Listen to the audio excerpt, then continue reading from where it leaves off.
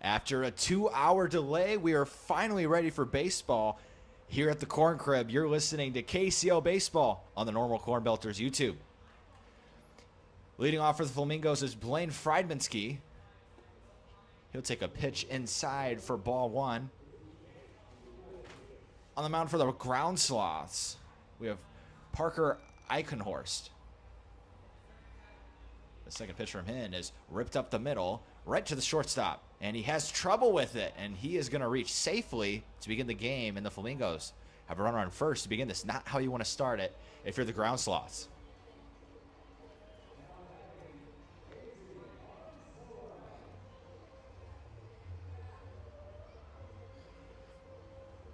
Eichhorst attends the North Central College, native of Illinois himself. Batting next is number 5, Adrian Arzola. Eichhorst looks over to first, comes home, pitches in there for strike one, gets ahead of the next batter after the error by the shortstop.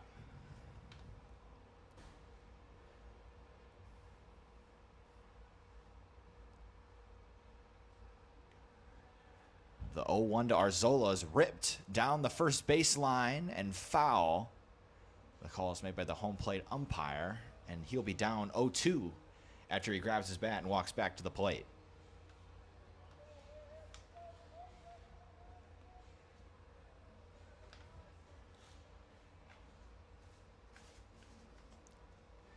It was really coming down here at the Corn Crib earlier. At about 4 o'clock, I would say most of the field was underwater, but really nice drainage here at the Corn Crib, and really nice job by our stadium operations. That ball is popped up behind the plate, coming down, and it will fall. The third baseman, number 17, had trouble with it. That was Wagner, had trouble with it in the sky, and it dropped foul. And that'll have new life here for Arzola.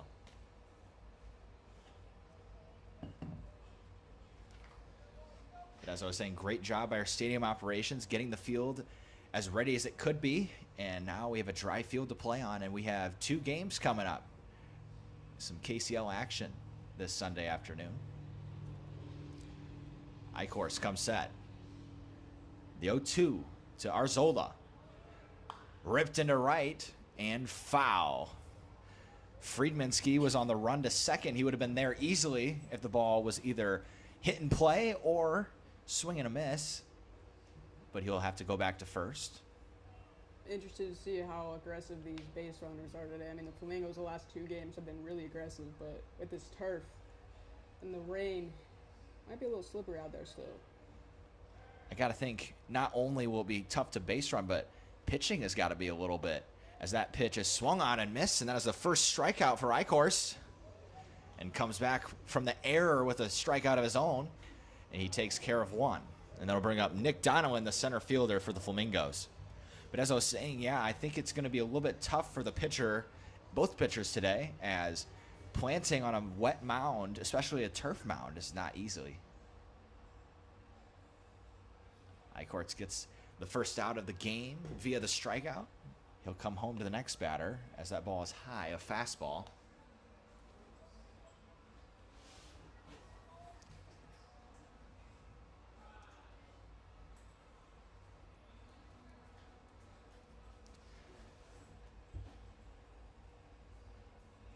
Eichenhorst takes a long look at first and comes home.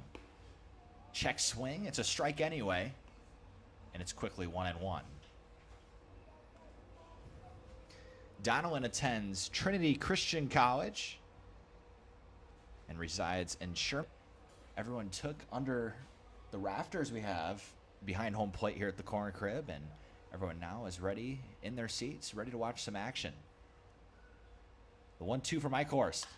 Ripped up the middle. This is going to be a tough play. Sliding try by the shortstop. It gets into center field. And Friedmanski will advance to third. Great try by that shortstop for the Ground Sloth, Leighton Gerdes, but could not quite come up with it. And they'll have runners at the corners now here with 1 out. Gerdes again. Ball was in his glove. Struggling early on. We have the first baseman, Braden Barber. He wears number 27. Batting cleanup here today for the Flamingos.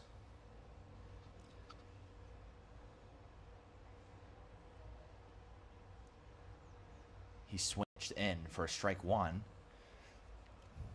Despite all the action taking place behind him, Eichhorst had done a really good job of remaining composed. Despite all the, I wouldn't call the last one a misplay. That was a really tough play for the shortstop to make. But a lot of ground balls, weak contact, and just struggling to get some outs. That pitch is low and away, and it's 1-1.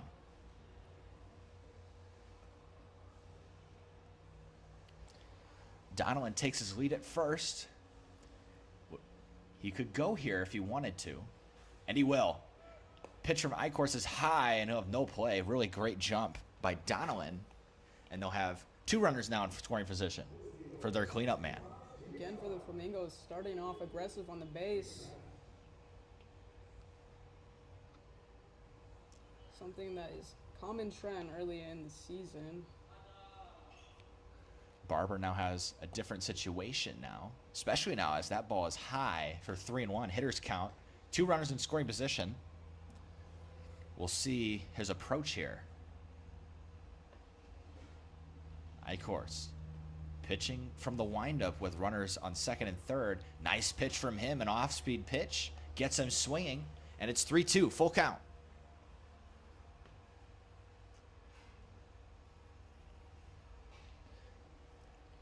Gotta thank Barber here as the green light. Definitely in protect mode here, especially anything in play will likely score the runner from third. And time is called from Barber at the plate right as Eichhorst was beginning his motion. Steps back on the mound, and here he comes. The full count pitch. Ripped over to the right side, foul. Good fight by Barber. Had to lean a little bit to hit that one, but does make contact and pokes it foul to keep the at-bat going.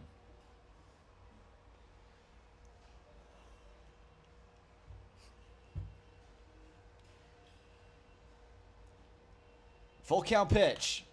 Ripped over to the shortstop. He'll field it. He'll throw to first. He's got to hurry, and just in time to first to beat Barber, but the run does score. Really nice team at bat there from Barber. He almost beat it out. The bat might have a couple splinters out of it. Kind of made a weird sound when it hit. And now the runner from second advances to third, and now they'll have 1 runner on third, 2 outs for Keaton Davis, the catcher, in today's ball game for the Flamingos. First pitch to him is swung on and missed. 0-1. Davis attends Spoon River College, and I believe that's the 5th player on this roster to attend Spoon River. A lot of Spoon River Community College natives on this team. That pitch is just away. 1-1. Eichhorst, if he can get out of this only with 1 run, that'll be really good damage control. Has looked sharp despite the run. Next pitch is low and in, off speed. Couldn't quite get the handle on it. 2-1. Maybe struggling a little bit with finding the grip, as I know that whenever that ball is going to hit the turf, it's going to get a little spongy. The 2-1 from Eichhorst. In there, strike 2, and we'll have 2 balls, 2 strikes, and 2 outs.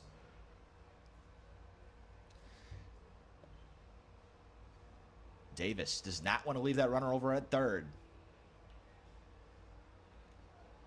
The 2-2 from Eichhorst. Ripped into left field. That's going to get down the left field line. Davis will turn and coast into second. Really nice piece of hitting from him. And he will now be a provider of the second run for the Flamingos. And it's 2-0.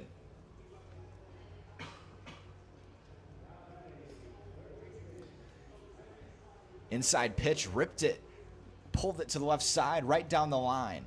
Perfect placement and an easy double for Davis. Good piece of hitting by him. I'll bring up Maddox. Clawwitter. Clawwitter. Claw Witter. First at bat of the day for him. First pitch is away. A little slider. Couldn't quite find the outside part of the plate. 1-0.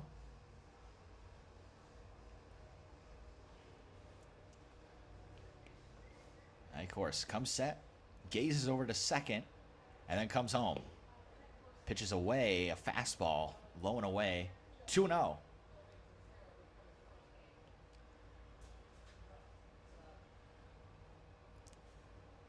Davis probably not a threat to run here. We've seen crazier things, though. The second baseman comes over to hold him on and then retreats back to his position. The pitch home is away, and it's 3-0.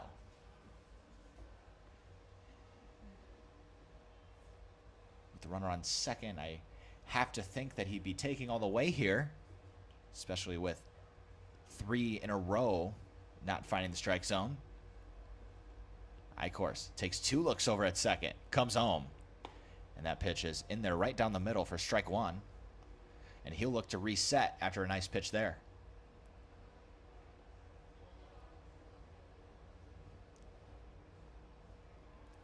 Flamingos have 2 runs on 2 hits and an error so far in this top of the first.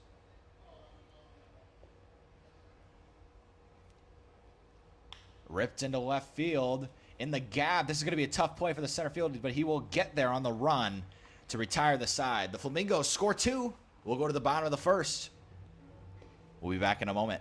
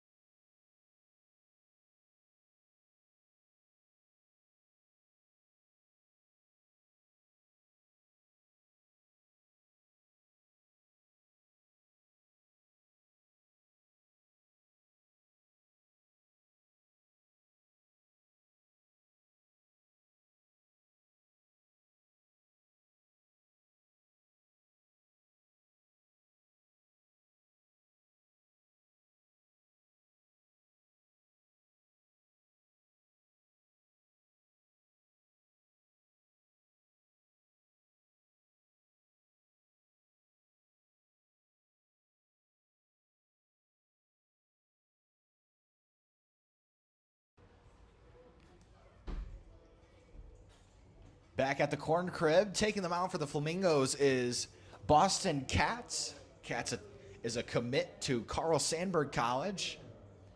His first pitch hits the first batter on the first pitch. That was Wagoner, and he'll take his base.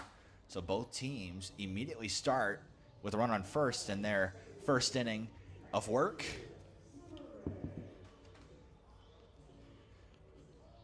So Katz will likely pitch for a ground ball here to try and make up for the mistake there.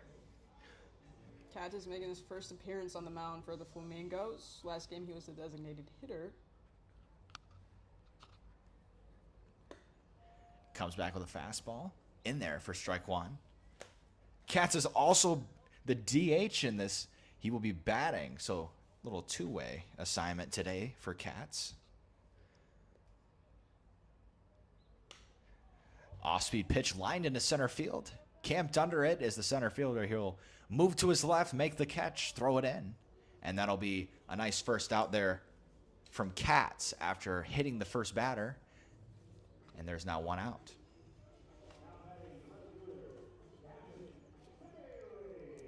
Brings up Gavin Bailey, the left fielder. He wears number 20.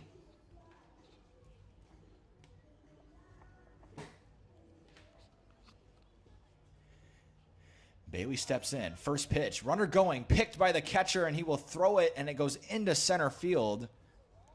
But Wagner will not think about going to third, and it will result in a ball and a stolen base. Really big jump from Wagner. He was there with time to spare. Early in this game, you see both teams very aggressive, base running. Next pitch from Cats is low and in, a slider. I think a big part of that is, as they know, I mean, it's hard to hold the baseball, especially after it hits the turf repetitive times. When it's been wet, it does tend to get spongy. So I think they're taking their chances with the catcher throwing, making an accurate throw to second, as that ball is a really nice play. Short ground ball to the third baseman of the Flamingos, Maddox Clawwitter, and he gloves it and flips it over to over to first for the second out of this game. So now with 2 outs, the Ground Sloths are in danger of leaving that runner on third, and it'll be up to Tanner Sochanek. Sochanek in right field today. First pitch to him is an off-speed pitch away for ball 1.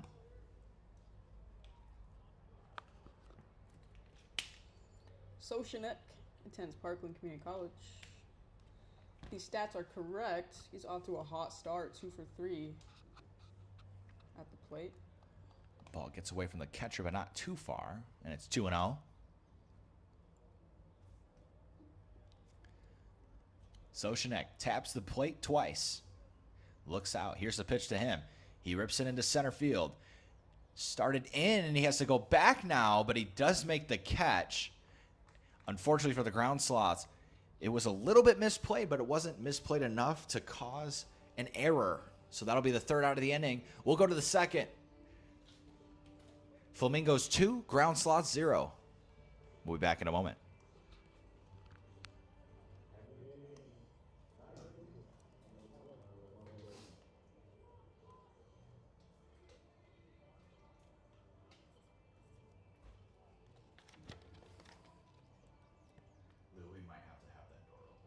Yeah, it's...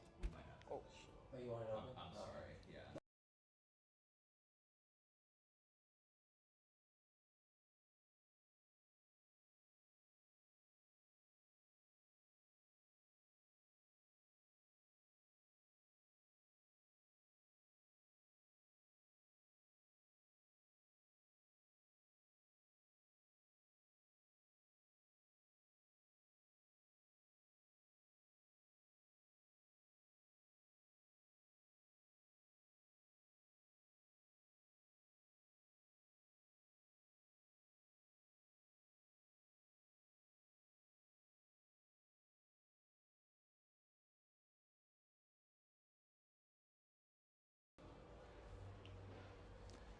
Eichhorst back in the mound for his second inning of work.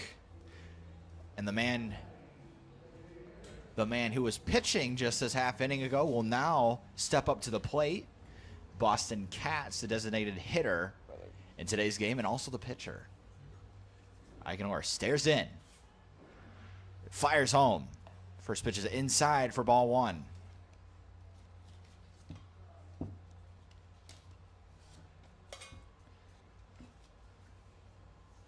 Next pitch for Eichhorst. Low, 2-0. Both pitchers started sharp with their off speed, but as the inning progressed, did get a little bit more wild and maybe struggling to get a handle of the baseball a little bit. That ball is ripped over to third, gloved and thrown across the diamond. Routine play. First out recorded. Nice job getting the ground ball by Eichhorst, and a nice play by the third baseman, Wagoner.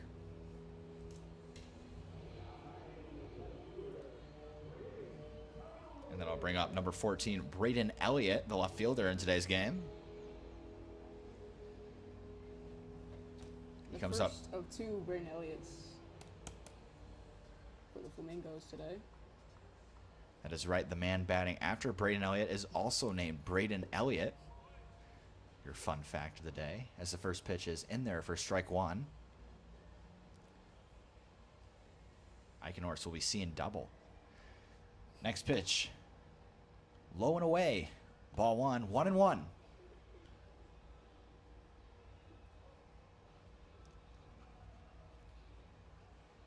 The 1-1 from Eichhorst. Working quickly. Ripped in the air to right. Coming down, and it will be landing foul. Just foul. Rolls over to the Portillo sign on the right side of the ballpark. 1-2. Very close call there.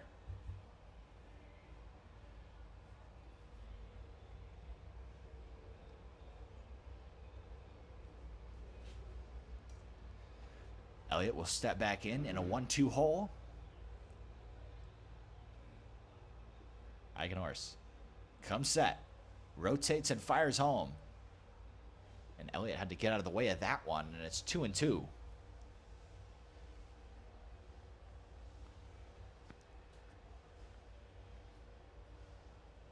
Eichhorst working from the windup, comes home, and that ball is away, and it's full count now.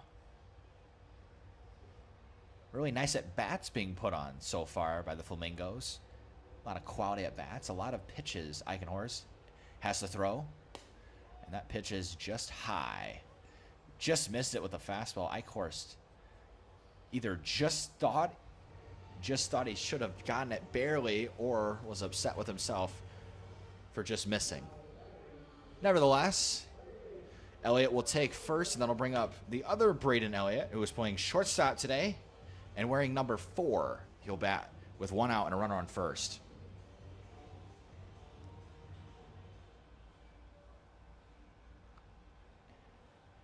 Elliott has a close stance. First pitch to him is away. 1-0. Eichhorst in this inning has not started ahead yet when facing the batters that he's faced so far.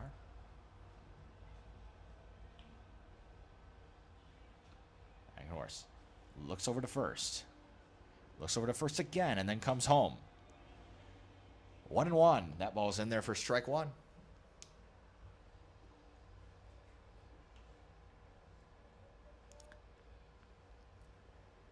If you look out to the right side, starting to see some sunshine, a little bit of blue sky. Well, by the second game tonight, I have to think that the field will be mostly dry. It'll be a totally different game elements-wise for the two teams who will take the field following this one.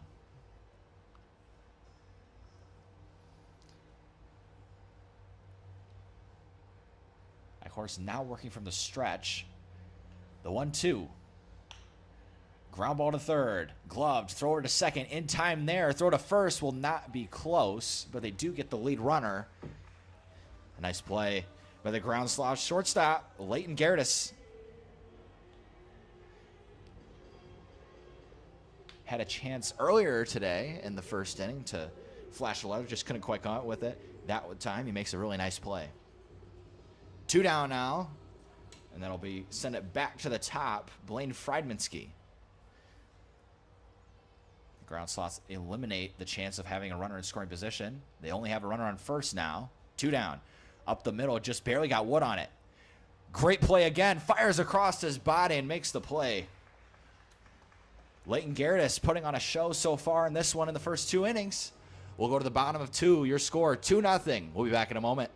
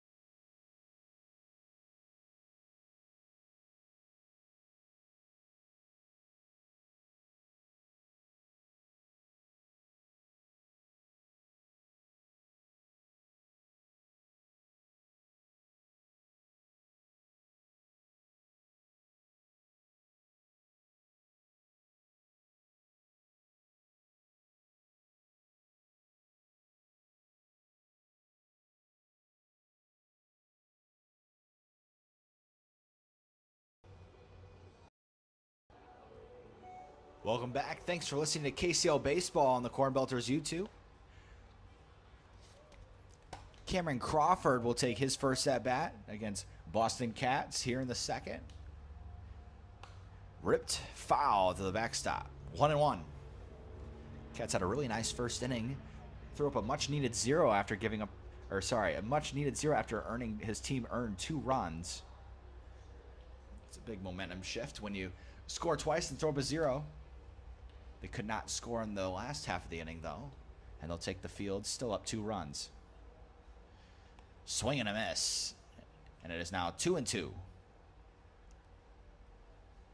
Crawford steps back in. Cats working quickly. Comes on with a fastball, ripped over to second. A nice try by the second baseman, but he could not quite come up with it. And that'll be into right field for a base hit for Crawford. Much needed start for the ground sloths. Friedmanski, the second baseman, dove over to his left, but just could not quite come up with it. And Crawford will take first. Next up for the ground sloths is Leighton Gerdes. Gerdes playing short in today's game. Ball bounces in there, away from the catcher, but not far enough for Crawford to advance to second. Glancing at Crawford, he is looking at second base. Next pitch is bounced in there, and it's 2-0. Cats find himself behind in the count now. The runner on first.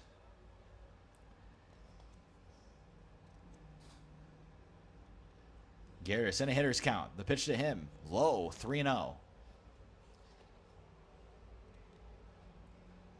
And Katz is in danger of walking and advancing the next batter into scoring position. Next pitch is in there for a strike. Nice job coming back from the 3 straight balls. 3-1.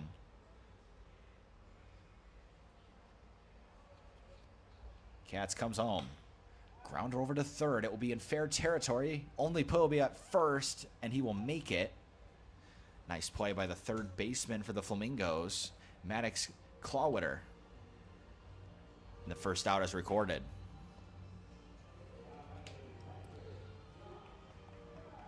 That is 2 times now that Clawwitter has got the ball in his glove and thrown a really beautiful ball to first base for the out. Pitches a fastball away for ball 1. Josh Bass steps in, wearing number 12. He's the catcher in today's game. Katz really does work quickly. Ripped up the middle. This is going to be a base hit into center. Will they bring him home? They will. There will be no throw, and the ground sloths will get their first run of the game. It's 2-1. Really nice piece of hitting there from Josh Bass. Ripped it right back up the middle, which is exactly what you want to do with the pitch that is middle. And he'll get an RBI single out of it. And Tyler Cerna will step in, looking to do even more damage here with 1 out. Ripped into center, another base hit into center field. And it'll be first and second now. And Adam Nieves, the center fielder, will come out with a runner in scoring position now and a chance to tie the ball game.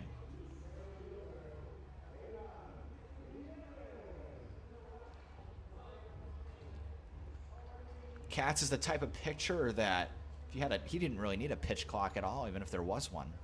Gets the ball, immediately steps back on the mound, and he's ready to throw. Nieves, center fielder from Rochester, Illinois, using an ash bat today. Takes the first pitch in there for strike 1.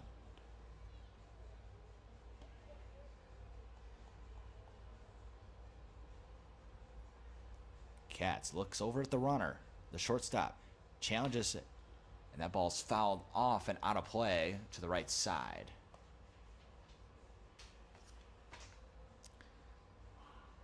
The shortstop, Elliott, holding on the runner over at second. Katz gives him a look. Comes home, and that is strike 3. Fastball got him looking. And a much-needed second out for the Flamingos.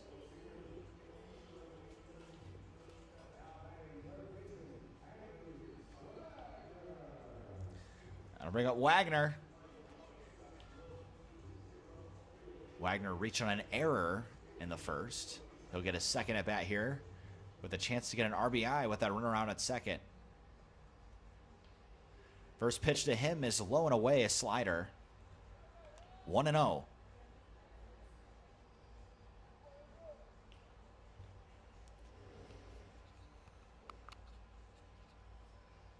Next pitch in there, fastball, strike one.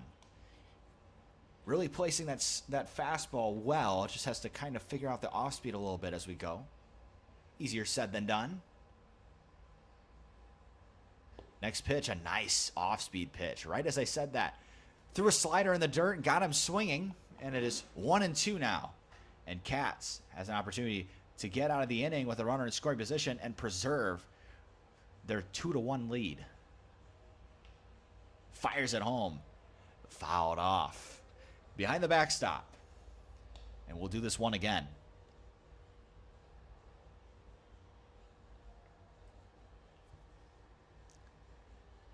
Carl Sandberg commit. Looks over at second.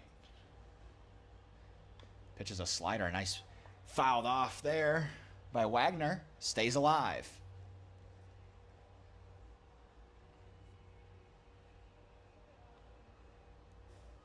They really want that runner out at second.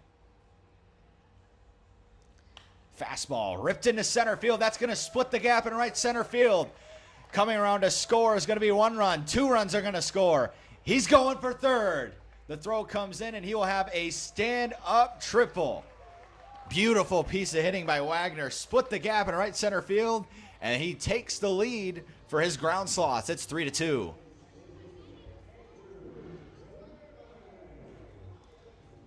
And Zimmerman will come up now, hoping to add on. He doesn't want to stop now. After giving up 2 in the first, the ground slots score 3 in the second and take this lead right back into their hands.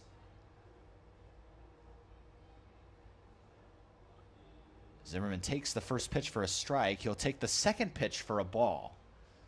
And we're even at 1-1.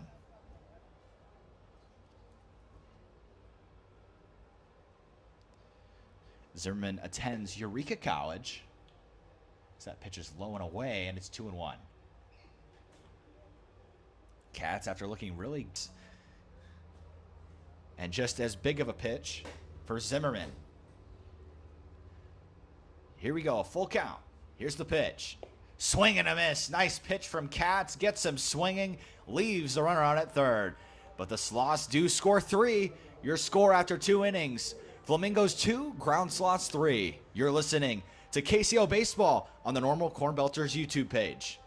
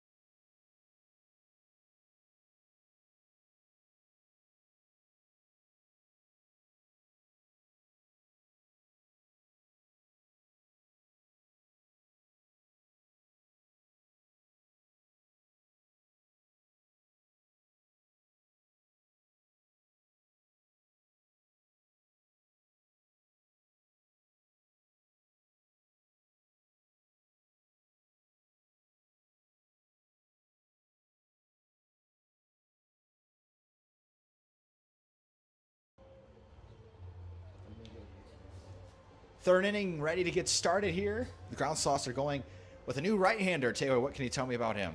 Yeah, Mason Sonder, right-handed pitcher out of Carl Sandborg from Metamora, Illinois.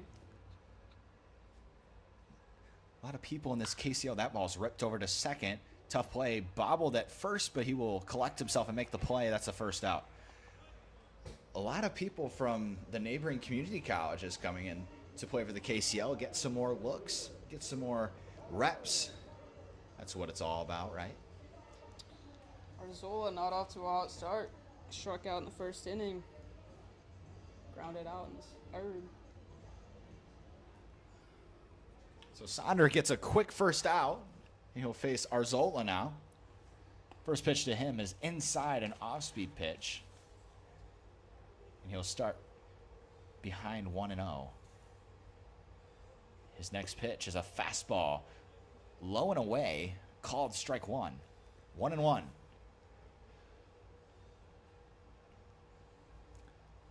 Right back on the mound and fires home. 1-2. Off-speed pitch in there for strike two. Sonder looking to set him down.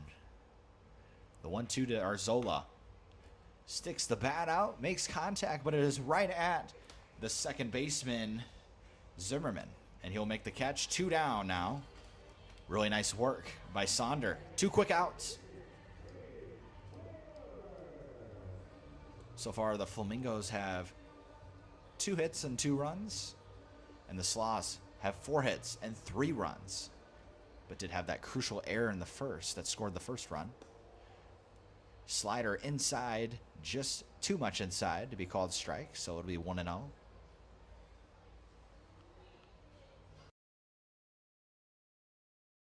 Is off speed and high for 2-1.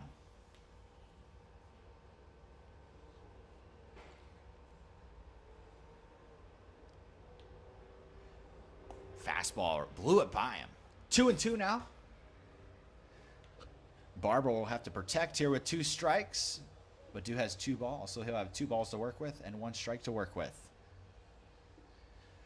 Sonder gazes above his glove into the catcher, fires home. Barber rips it into left field, and that'll get down for a base hit. Nice piece of hitting by him. And the Flamingos have a runner on first here with 2 outs.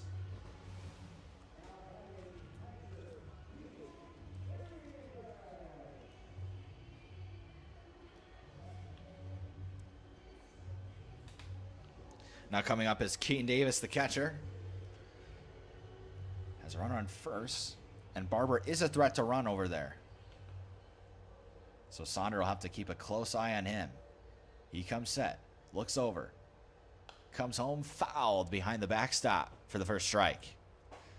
Davis from Ottawa, Illinois. In Davis's first outing in the first inning. He got a double, so off to a good start. Ripped in the air to right, but it will fall foul under the right field seats over there. And he'll find himself behind 0-2.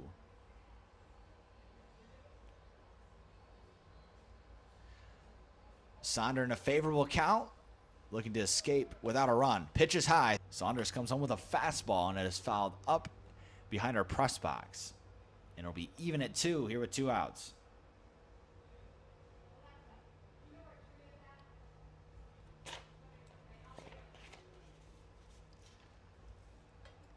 Two count, runner on first.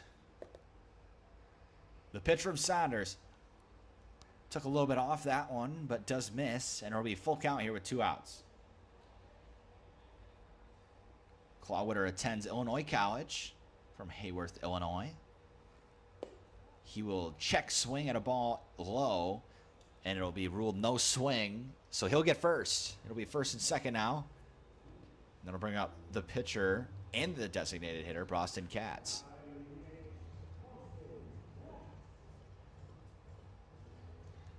And with the second baseman playing really close to the bag, there's a big gap, honestly, in both sides of the field. Both middle infielders playing really close to the bag here with 2 outs. Retreat to their positions. First pitch is in there for strike one. Middle infielders. Working the runner at second. Pitch is low and away, and it's 1-1.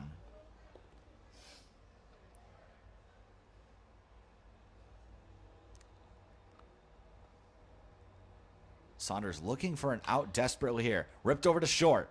Gloves it. Fires across the diamond and picked out by the first baseman, Cameron Crawford. And that is a very nice pick by him. It might have saved a run if it got past him. So a run scores for the Flamingos. They get it back, and we are going to start over. Your score, 3-3. We'll be back in a moment.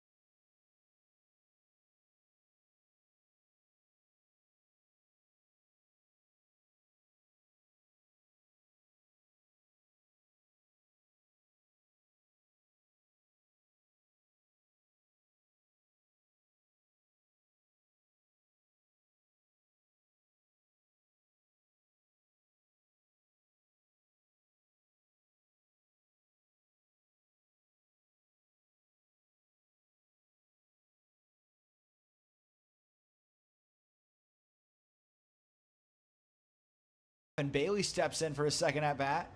First pitch is a fastball in there. Cats waste no time getting the first strike. We're gonna have a little chat between the home plate umpire and the head coach of the ground slots. We'll see what comes of this.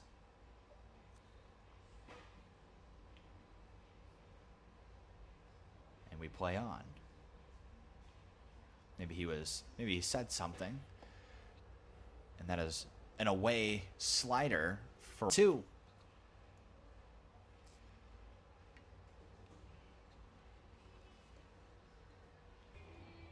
It's one of those turf balls where you hit it right in front of the plate and it goes up quite a ways. Now we'll bring up Tanner Soshanek, the right fielder in today's game. He'll bat with a runner on first and no outs. That ball's crushed into left field. The left fielder going for it, and he battles the sun but does make a catch. And that'll be the first out for them, a loud first out. Out there in left field is Braden Elliott. Had to shield the sun with his glove, but was able to get to it and make a play. That is textbook by him.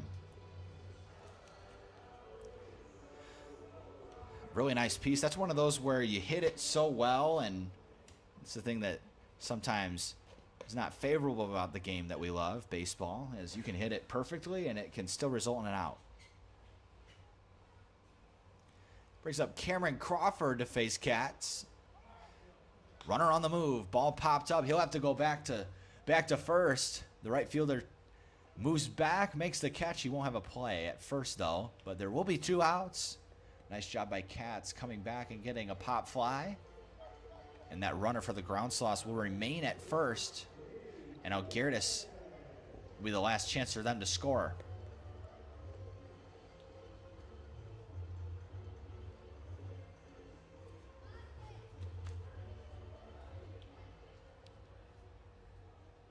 Gertis not the biggest guy in the world, but he can rip it if he puts a barrel on it.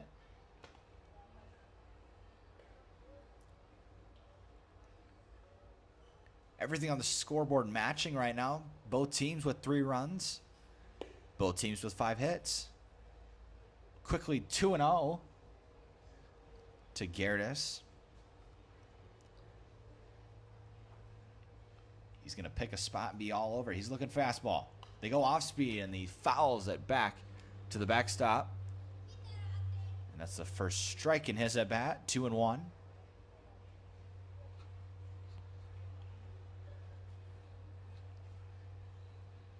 Runner on the move from first. Pitches away a fastball. Throw down there.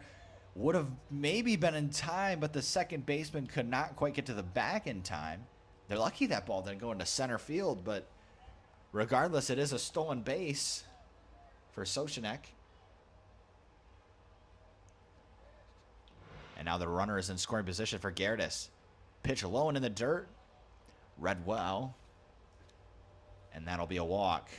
It'll be first and second now for Josh Bass. Josh Bass will come to the plate with a powder blue helmet and a black bat. Red batting gloves. A lot of different things going on there. He's got almost every color. Except green and orange. I think those are the only two colors that he's missing. Bass the catcher. Big swing and a miss. Outside fastball. He did get a piece of it, but not enough to put into fair territory, or anywhere for that matter. So it'll be 0-1. Bass has been taking some big swings in this one. He crushes that high in the air to right field. The right fielder was playing back. The play will be made by the second baseman. He had to run a long ways for that one. Regardless, it doesn't matter who makes the play. Sometimes it just matters that you catch it. So that'll be the third out of that inning. We'll go to the bottom of the third. Your score, 3-3.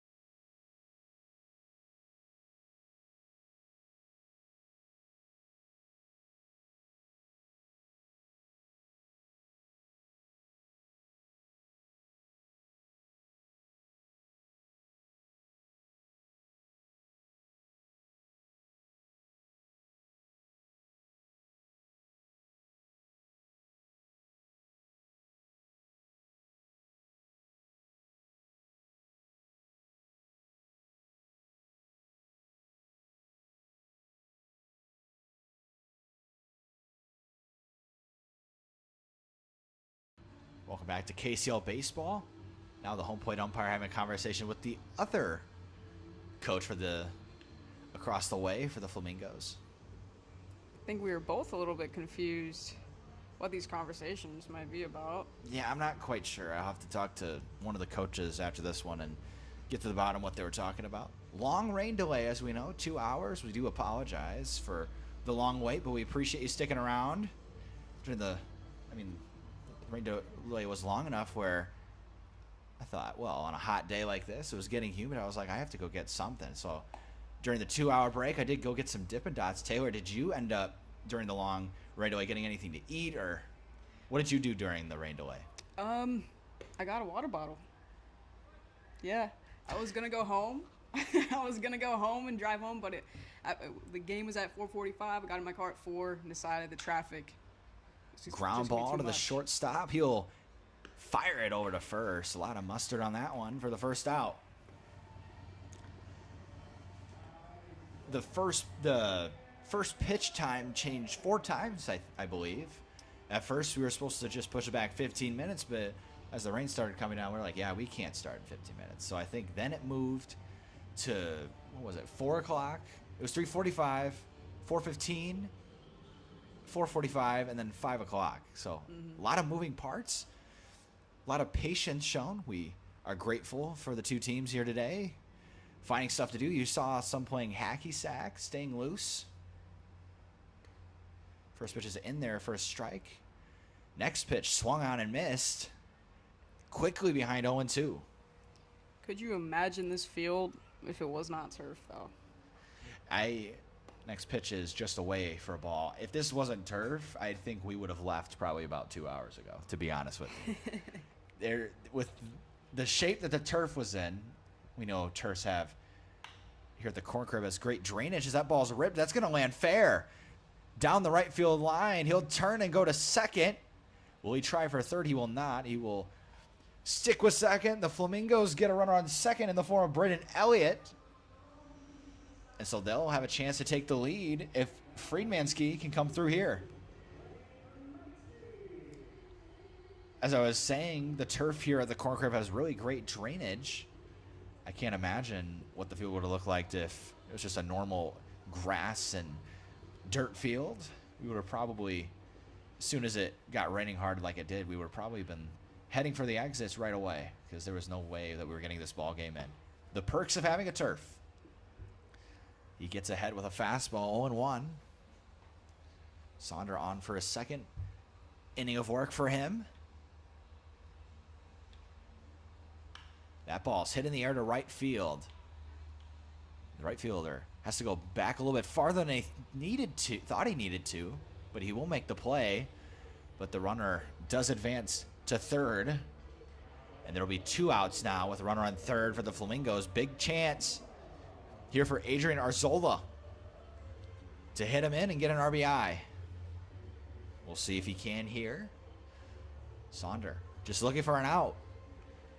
Arzola early in the game is 0 for 2. He will take a fastball in there for strike 1. 0-2, he's got to be looking to do his part in this game. He has a great opportunity here.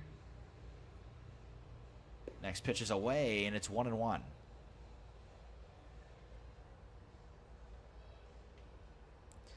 Even count at 1, 2 outs. Top of the 4th. Check swing. No swing and no strike. Very close on both fronts, but finally gets to appeal to the to the base umpire, and he also agrees that Arzola did not go around. So that will result in a ball. It's 2-1. Saunders fires a fastball, left it out a little bit. Couldn't quite get his hips through. 3-1 the count now. And I have to think with that base open, they might pitch around him in this next pitch. And they will. I thought that was ball 4. The scoreboard was wrong. The umpire did pause for a second. Arzola must have also thought it was wrong. But I knew I had my count right. Ball 4, first and third. And that'll bring up Donovan, the center fielder for the Flamingos. Pick off to first from Sanders. Arzola has to dive back to the bag. He does get there safely.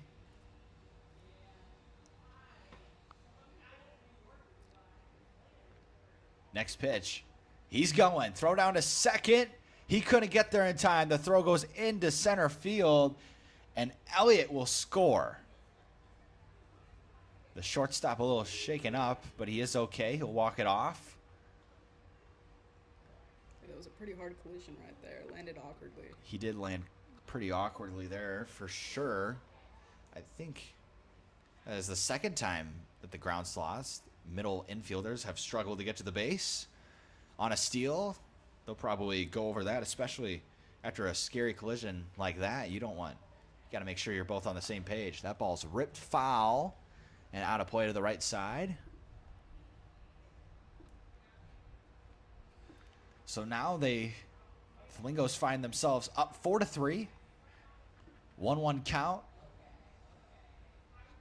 Runner on second. They can still do some more damage with that runner in scoring position. Curveball low and away for another ball. And Donilon will hit in a hitter's count.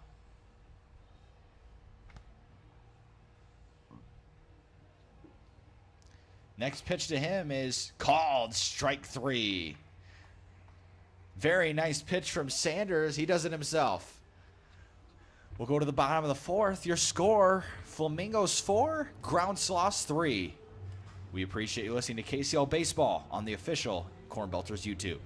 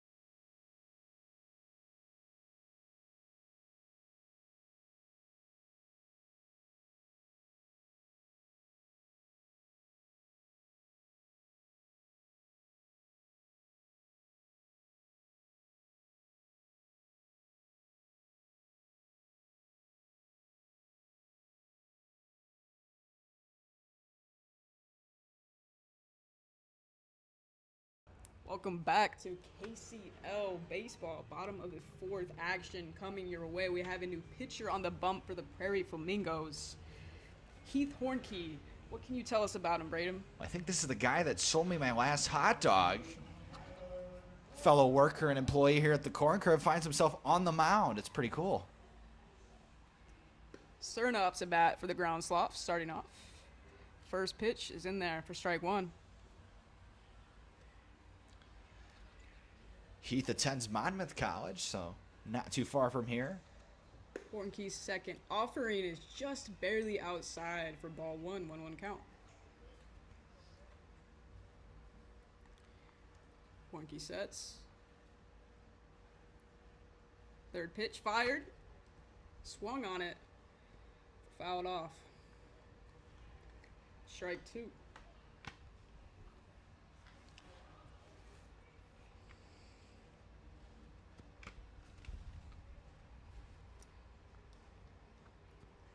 The batter calls time.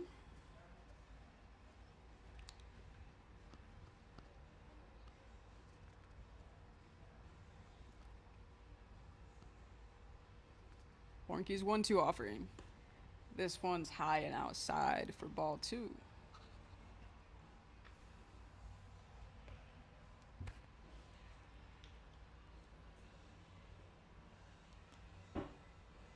Hornkey sets, fires. Swung on it. Foul off.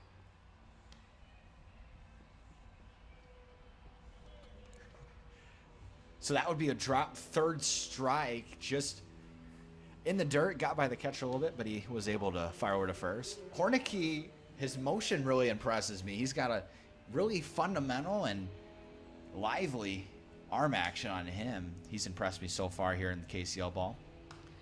Up next for the Ground Sloths is Nieves, the center fielder for today. First offering to him is right in the zone for strike 1.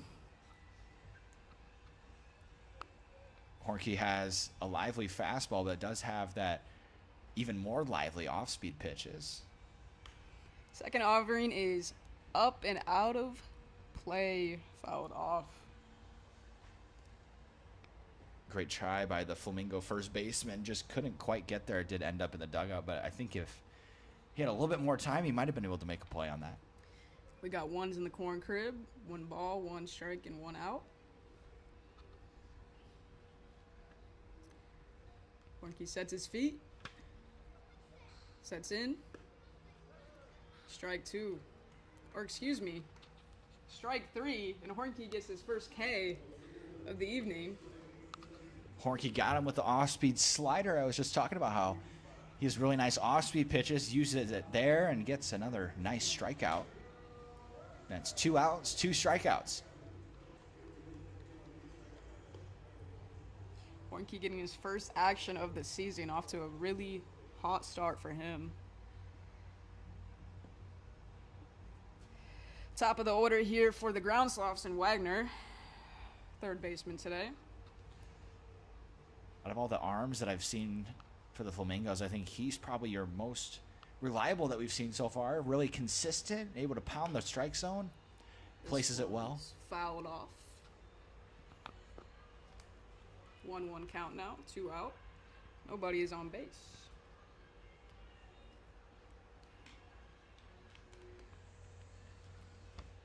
Hornky trying to pitch a shutout in the bottom of the 4th. He sets and fires. This one's outside for ball 2.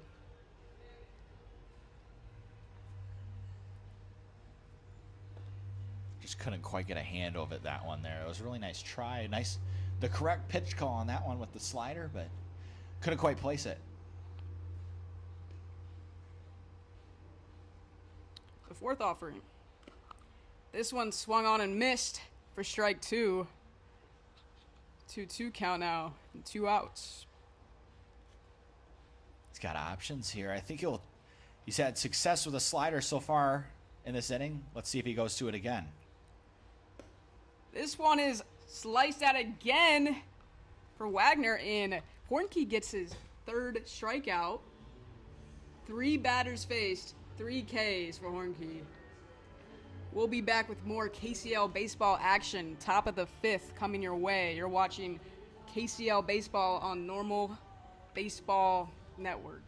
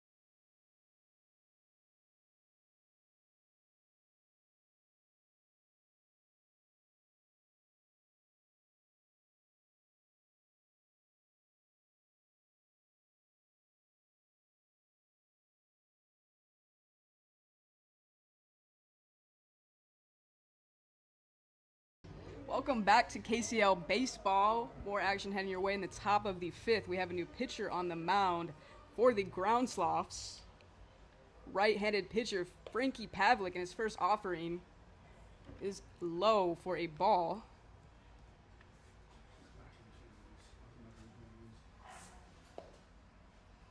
Second offering for Pavlik is again once more low for a ball, ball 2. Pavlik is a fellow Brave of Blackhawk Community College from Yorkville.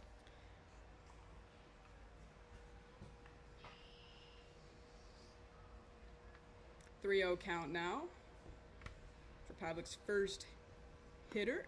This one's right down central for strike one. 3-1 count now, still a hitter's count for Barber.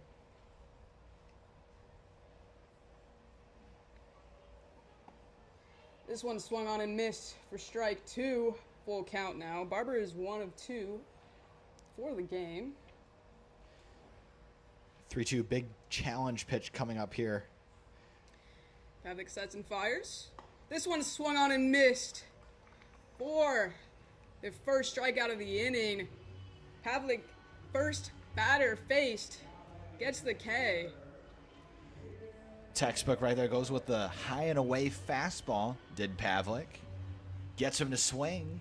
One batter faced, as you said, 1 out. Really effective. Next up for the Flamingos is Keaton Davis. This one swung on and missed for strike one. Davis is 2 for 2 for the evening. Off to a really good start in this game. Looking to keep the pace right here. 0-1 count now. This one is right down the middle for strike two. Went fastball quite a bit and then drops the slider in there. This one's chopped out and fouled off. Then goes back with a fastball. Really good sequencing by Pavlik. Count remains 0-2. Pavlik fires. This one is chopped down to the shortstop. Can't gather it. So Keaton Davis is going to have a single for the first hit for the Flamingos in the top of the fifth. Davis absolutely scorched that to the pull side over to the shortstop. Gerardis, he laid out, but just couldn't quite get there. Again, off of his glove. That's the second one that he's had really good effort on, but just couldn't quite haul it in. Next up for the Flamingos is Claw Hitter, third baseman today.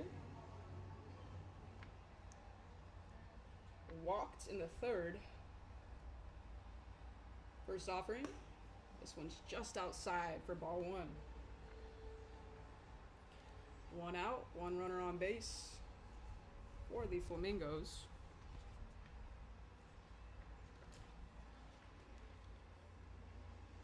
Pavlik fires. This one's high for ball two.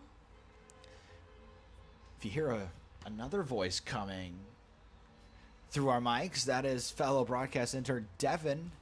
He is overdoing PA today for today's KCL action.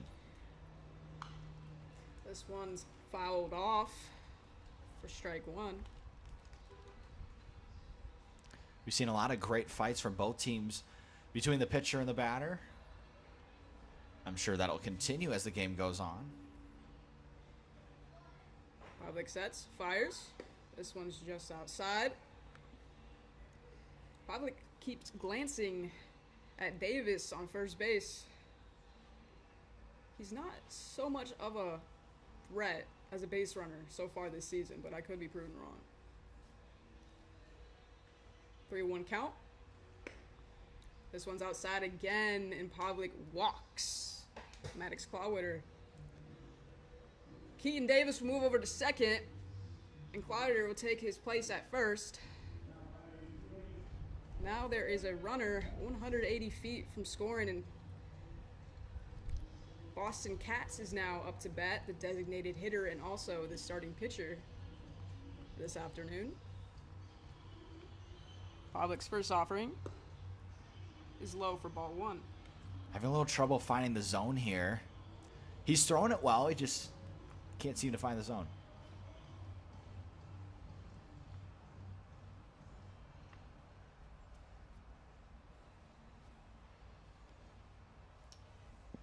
Count, 2 runners on base, 1 out.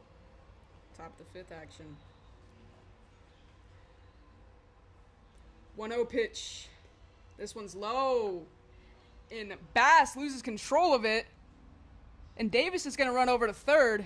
Clawwitter is going to take second. And now you got a runner 90 feet away. Unfortunate misplace there by the pitcher, and Bass couldn't keep it in front of him, and both runners advance, and now 2 runners are in scoring position here, and they're a threat to score as well. Cats 0 for 2 this evening. Looking to jump start. 2-0 count now. Excuse me, 3-0. Pavlik in dangerous territory here. 3-0 pitch. This one's down right in the middle for strike 1. It's going to take a lot of focus to come back from being down 3-0. Strike 2 as Boston Cats swung and missed. Second pitch in a row where he's fired right down the zone. 3-2 pitch. This one's upstairs. And Pavlik walks Boston Cats, and the bases will be loaded for the Prairie Flamingos with just 1 out. And the coach for the Ground Sloths is going to have a meeting with his pitcher, as the rest of the infielders will do as well. We will be back after this short pause. Thank you for listening.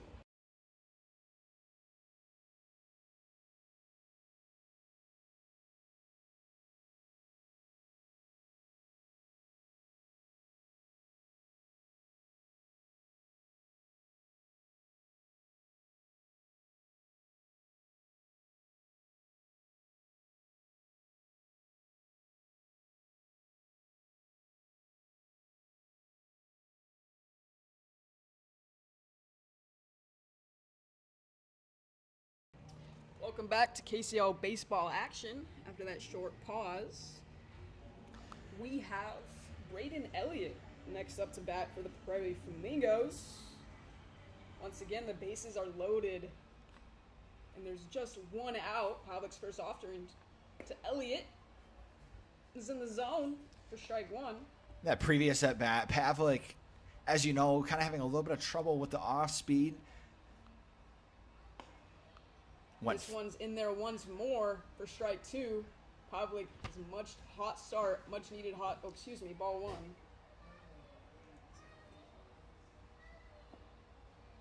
This one's low again for ball 2. Pavlik struggling to find the zone here at the top of the 5th.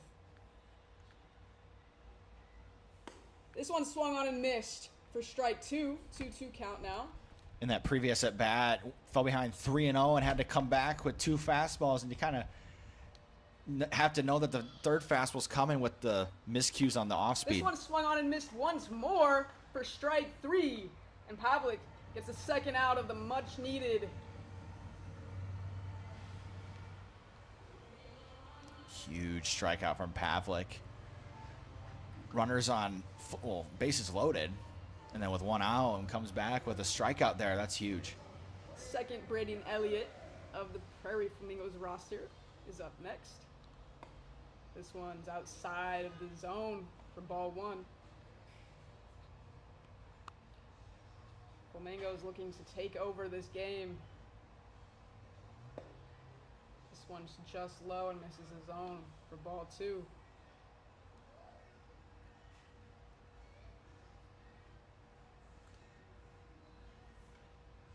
The 2-0 offering.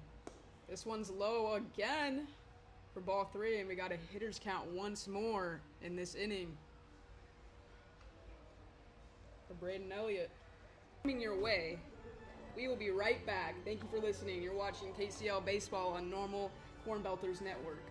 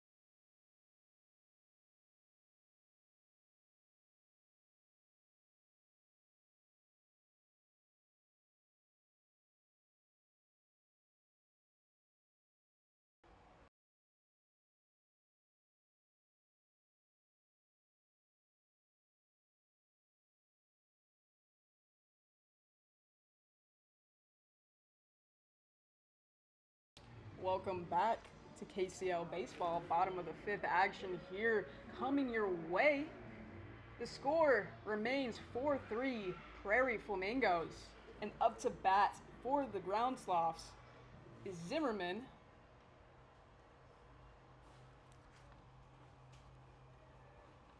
Pitcher on the mound remains the same for the Prairie Flamingos.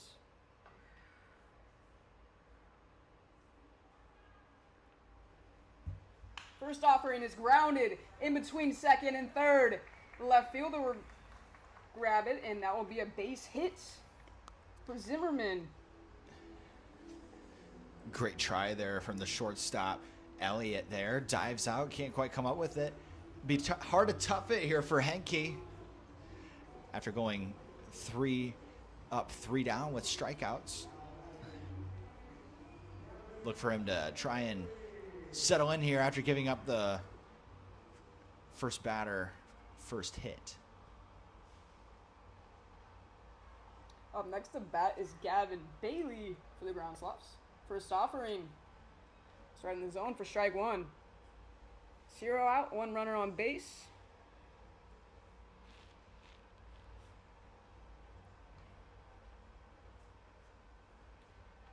Saunders' second offer is right down central again for strike two. 0-2 count now.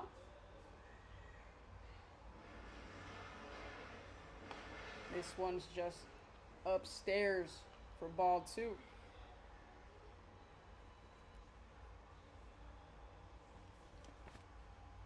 Saunders went 1-2-3 the last inning, looking to keep the pace. This one swung on and missed. And he is going to get another strikeout, 4th of the game for Saunders. Once again proving he is going to be a name to keep noted in this Prairie Flamingos lineup. Great job coming back from giving up the base hit. Hornicke gets another strikeout. That's 4 so far today for him.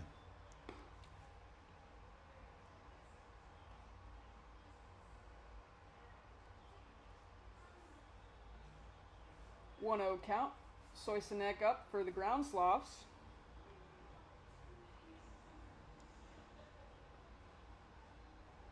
Hornicke's second offering. This one's flied out in between left and center field, and it will drop.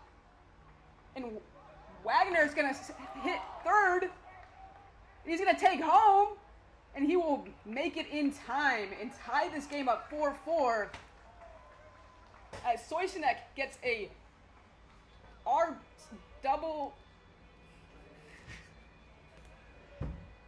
RBI, excuse me.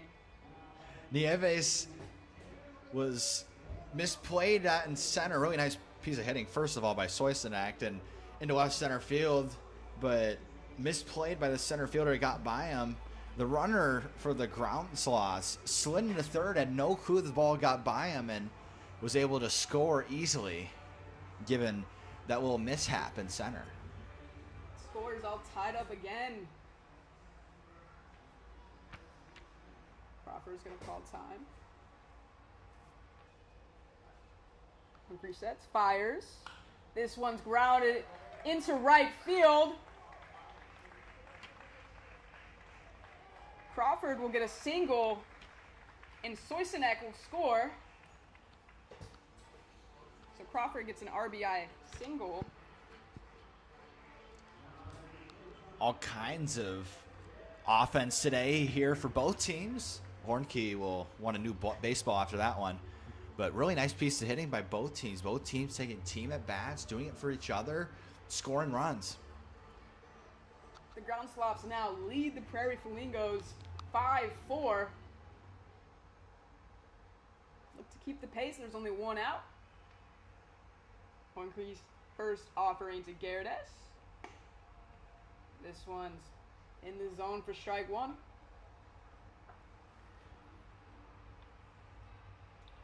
One out, 1 runner on base.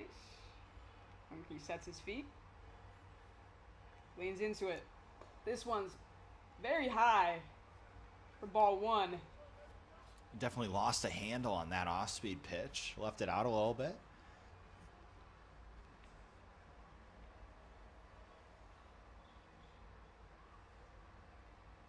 Very nice. This one's flied out for strike 2, and it hits the top of our press box. Sounds like. 1-2 count now. Hornke's got good enough control. He's going to really try and pitch for a ground ball here. See if he can focus in here and get it done. Hornke answers that first. Sets his feet. Fires. This one's just outside for ball 2.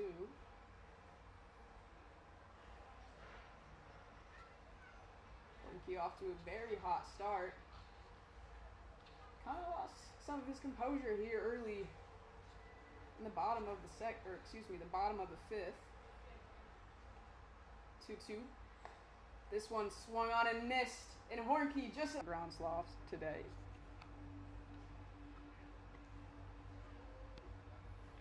Second offering, and the runner on first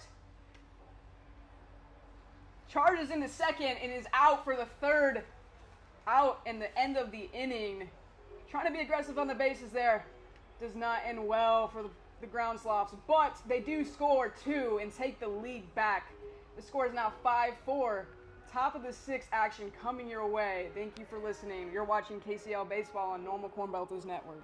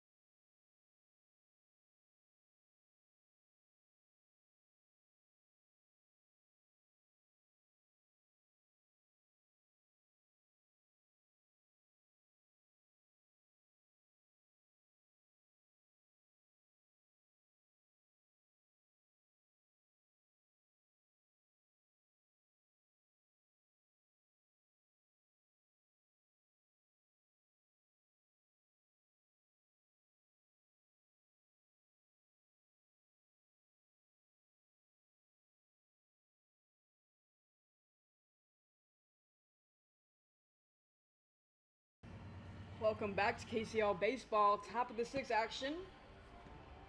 Up to bat for the Prairie Flamingos. Top of the order, Rodmansky. Pavlik still on the bump for the ground sloths.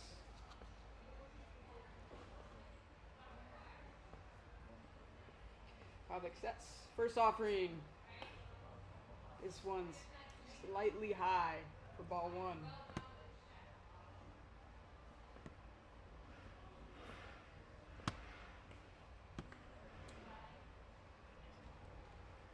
Losing control as well for ball 2. About to say, he's losing a little bit of control. Yeah.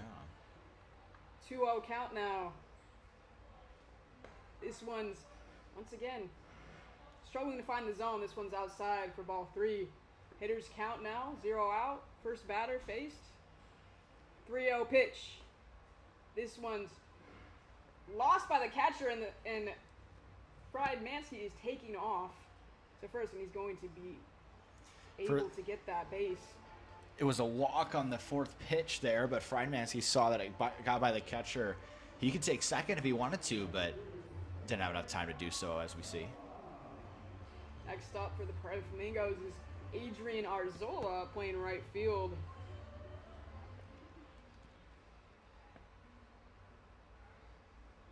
Pavlik glances over at first. Sets his feet. Nods at the catcher's call. Sets in. This one's high for ball one. You can almost book it that Friedmansky is going to take second on this pitch. Pitcher went with a fastball. He looked like he wanted to run the pitch before. Pavlik's second offering. This one swung on and missed. Fouled behind. 1-1 count now. Decided not to go there, so I was wrong. But got to think that later in this batter, at some point, he's definitely going to try and take second if he has to. Pavlik checks it first. The runner is safe. He's definitely very curious over there.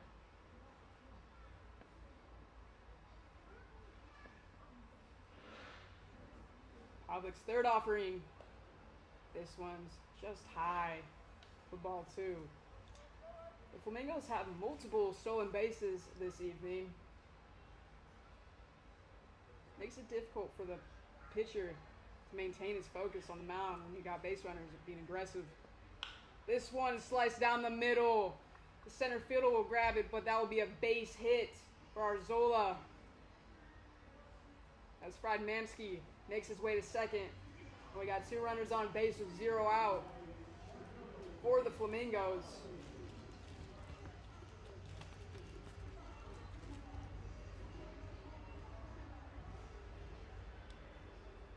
Next up to bat for the Flamingos is Nick Donnellan.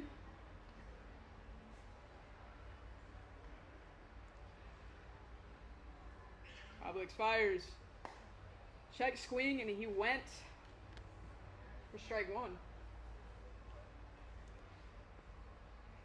0-1 count. Pavlik second offering. This one paints the corner for strike two. As I've said throughout the game, pretty much all the pitchers, there's some people that you cannot put on this list, but a lot of the pitchers that we're seeing are really accurate with their fastball, but do struggle with control with some of their off-speed, and has resulted in some of the higher counts you've seen so far. This one swung on and missed for strike three. Pavlik gets the K, a much-needed first out of the inning with one runner in scoring position and one at first. Up next to bat is Braden Barber. 3 straight fastballs from the ground slouch pitcher. All in different spots, well placed. As I was saying, really good control we've seen from all the pitchers with their fastball. First offering. This one is flied out into left field. Hit very hard, but fouled. Unfortunate there for the Prairie Flamingos. I was just saying that Barber had already done damage with a single RBI. Almost did a lot of damage there. Had the distance, but did just go foul. This one's down for ball one. 1-1 count, 1 out. Pavlik sets. Looks over at second. Looks over again. Fires. This one's low again for ball two.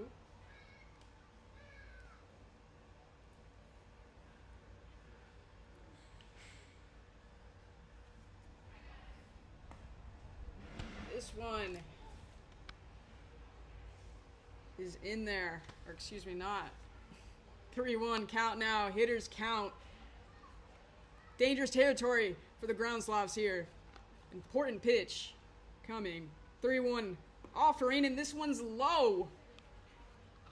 And Pavlik will walk Barber, and the bases will be loaded for the Prairie Flamingos with just 1 out. And that summons the ground slots coach immediately to walk out to the mound. And we'll see if we make a change or if we're just talking it over a little bit. We'll be back for more action.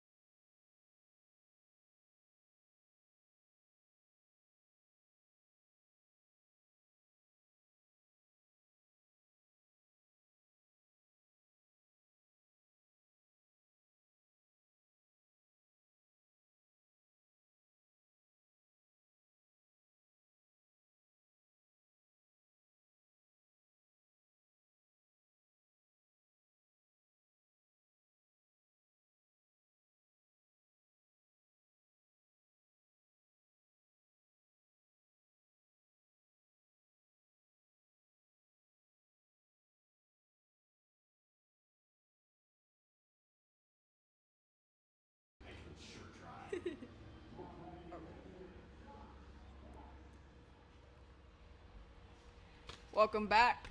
Bottom of the 6th inning. New pitcher on the mound for the Flamingos as this one is flied off for Josh Bass. On the mound for the Flamingos is number 3, Parker Eggenberger, right-handed pitcher out of Carl Sandburg College.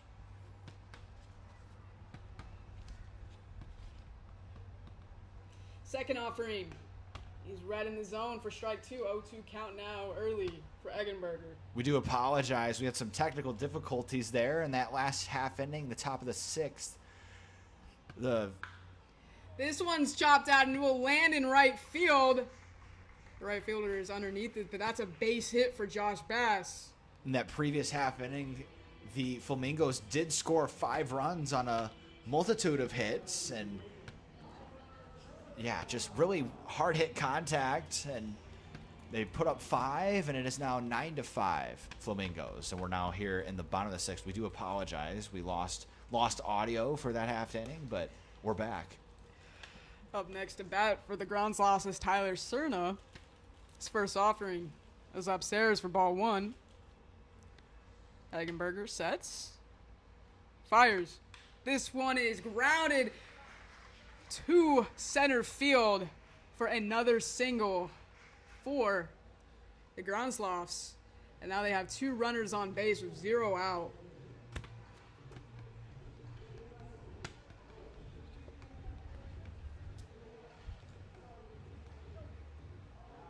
Not an ideal start for the new pitcher in Parker Eggenberger and the Prairie Flamingos. Up next is Adin Nieves. Eggenberger's first offering.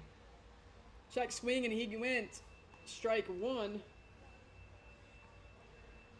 Very important to come back with a strike after those 2 hard hit balls. Not ideal situation, but he can make the most out of it here.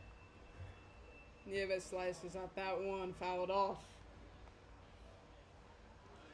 Nieves is 0 for 2 tonight. Struck out looking in his first at-bat and struck out in his second one. Eggenberger. This one's fired down the first base line, and it's in play, and the runners are one runner is rounding and will get 1 score for the Groundsloffs as Nieves gets a base hit. And Cerna makes his way to third, and Bass will score for the Groundsloffs. The score is now 9-6. Scorched down the line and moves them all over. We have runners at the corners now, and the Groundsloffs get 1 back. They're looking to get 3 more back. Up next, we're going to the top of the order for the Groundsloffs and Andrew Wagner. First offering. This one is fouled off down the third base line.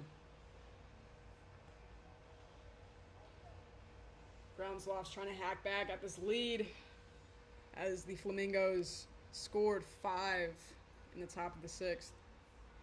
Eggenberger's second offering. This one's low for ball 1.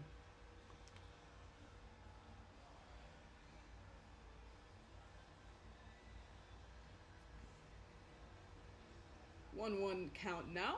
Eggenberger sets his feet, fires, and the runner on first takes off the second.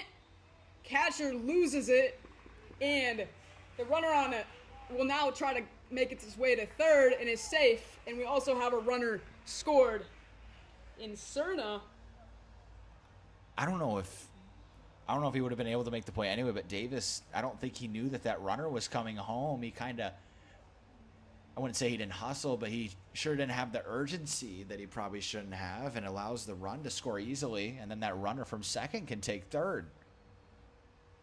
Nieves now on third base, 90 feet away from another score for the Groundsloffs as they try to, once again, take away this 5-run lead is now chopped to 4-run lead. This one's right in the zone for strike 2, 2-2 count now.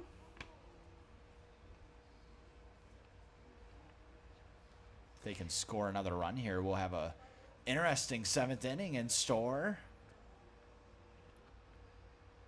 As they've already taken 2, they have no outs and a runner on third. They should. This one swung on and missed for the third strike. And Eggenberger gets his first K of the evening, a much needed first out of the inning as well. That's Wagner's second strikeout in a row. Up next for the Groundslots is Andrew Zimmerman, the second baseman for tonight. Last time he was up to bat, he singled. Zimmerman needs to put something in play here to score this runner. They don't want to go into that last inning down 2 runs. They have a big situation here with a runner on third and 1 out, and they can capitalize here and make this a 1-run ball game going to the last inning, and then potentially more if they wanted to, but that runner over at third is a very important one. 0-1 count now. Second offering is once again right in the zone for strike 2, 0-2 count.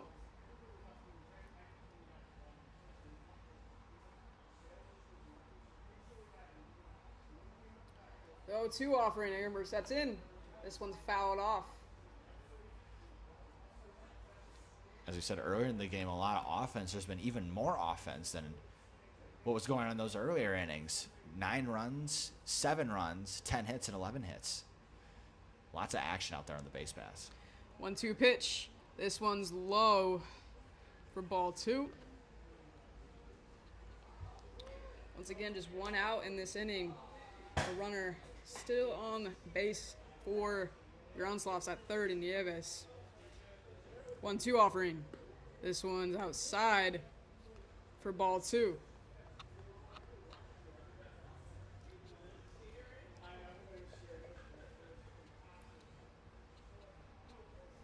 Eggenberger sets his feet. Launches. This one's grounded in the middle, and the shortstop obtains it. Throws his way to first, but it won't be in time. And Nieves will score for the Groundslots and cut into this lead. All he needed was put the ball in play, and he did. They get a much-needed run coming in from third. And now it's a 1-run game, at least, going into that 7th inning. The score is now 9-8. Flamingos still on top, but the Groundslots are chopping at this lead. We will be back as there is a visit on the mound between the head coach and the infielders and the pitcher.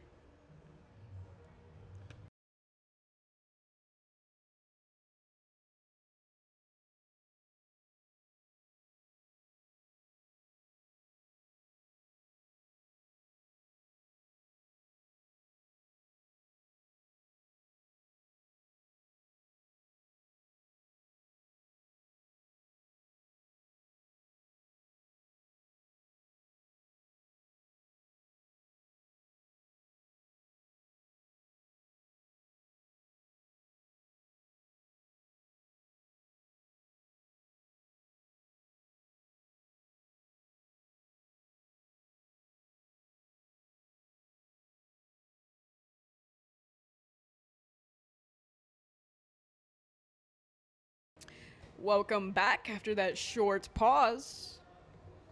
Gavin Bailey is up next to bat for the Groundslots. Eggenberg glances over at first. Sets his feet. Fires. This one's low for ball 1. Eggenberger still struggling to find his rhythm here.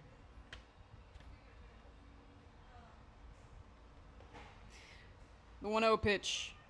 This one's swung and missed for strike 1. We once again have ones here in the corn crib. 1 ball, 1 strike, and 1 out. The runner on first, Wagner, is heading his way to second, and he won't get there in time. As the throw from the catcher in Davis is slightly inaccurate, making the play very difficult for the Flamingos. Unfortunately, that ball was a little high throw. Did have still a chance to get him, but couldn't whip his glove down fast enough to get him.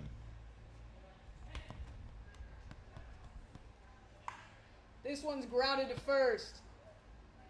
Thrown to the pitcher, and that's an easy out, second out of the inning.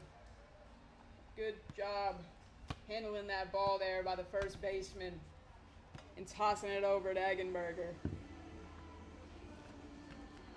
Barber, the first baseman with the good handling.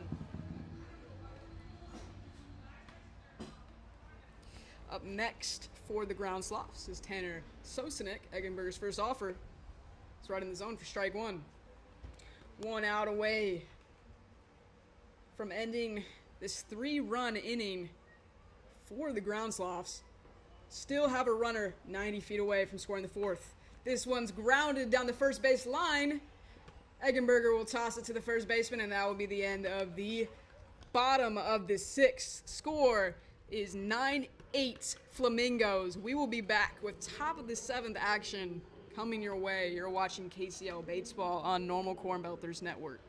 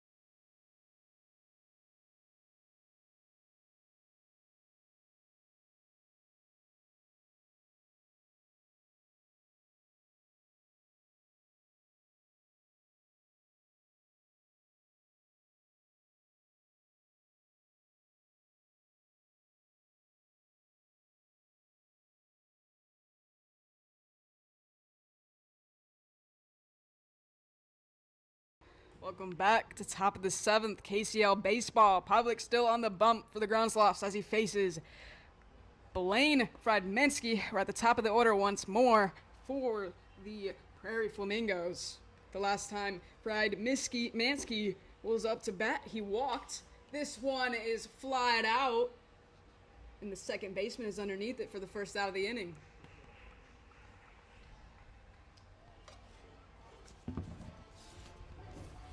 Zimmerman for the Ground Sloths with that play.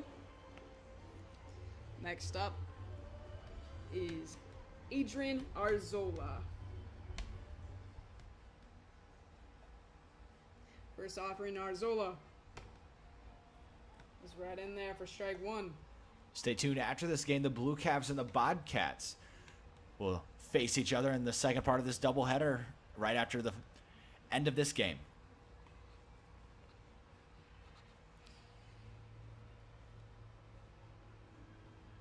This one is flied out into right field. This might be out of here, and it is.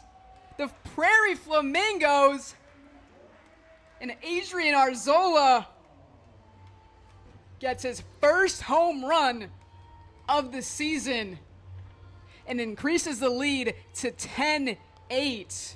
That one looked beautiful coming right off the barrel for Arzola.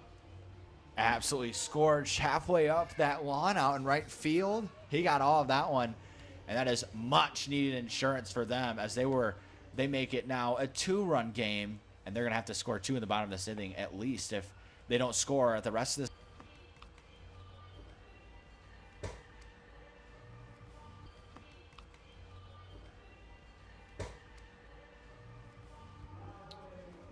Good work after giving up the bomb to come back with an out. You don't want them to get any more. 2 runs is doable, but you can't do, it's hard to come back for more than that. This one's flat out in center field. The center field is after, but it will drop. And Barber's rounding second. He's going to round third.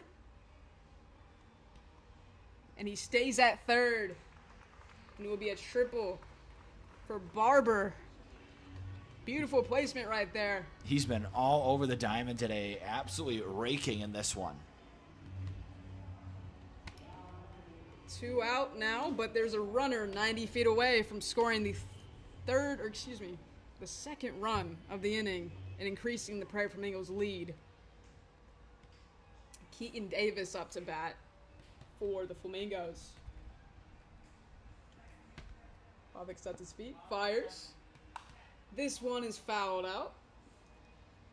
Heads up in the dugout. That one went into the ground slot dugout. A couple people look back. I hope everyone's okay over there. Davis is 4 for 4 at the plate tonight, so not someone you want hitting if you're the ground sloths. And this one is fouled off and hits us once again. I don't know if you could hear that. You probably did. Definitely probably could. 0-2 count now. Important pitch coming. This one's low and outside for ball 1. Once again, Barber on third base for the Flamingos. This one's low again. 2-2 count now after what was a 0-2 count. 2-2 offering. This one is flied out, and the catcher Bass is underneath it for the third out of the inning. And that will end at the top of the 7th, but not after a home run for Adrian Arzola to increase the lead 10-8 for the Prairie Flamingos. We will be back for the bottom of the 7th. Network.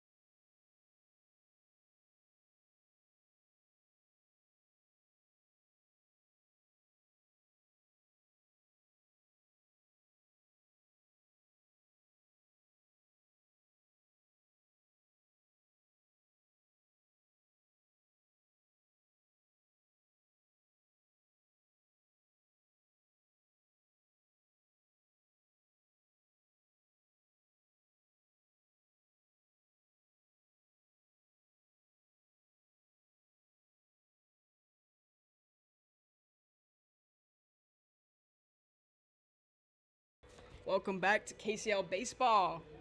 Final inning, if not for a tie, and a home run derby will be next. Bottom of the 7th, 10-8 is your score. Prairie Flamingos. Eggenberger remains on the mound for the Flamingos as he faces Cameron Crawford. First offering is outside for ball 1. He's got to feel a lot more comfortable having 2 runs to work with rather than the original 1. Always helps to get insurance for your pitcher so he can feel a little more comfortable out on that mound. This one is just about right in the same spot for ball 2.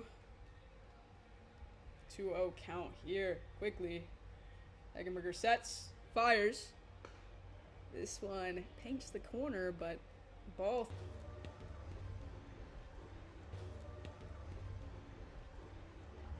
Next up to bat for the ground sloths will be Gerdes. Eggenberger sets, launches.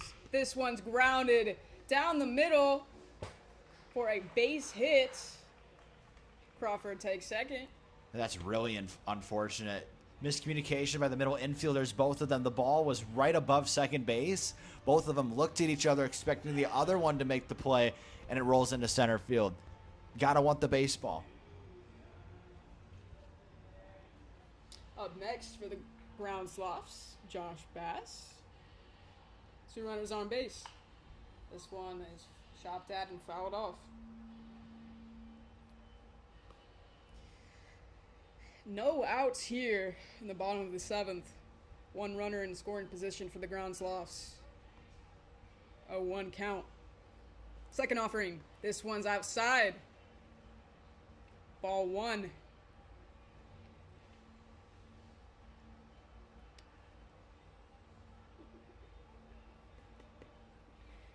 Eggenberger sets his feet, glances over at the second, fires.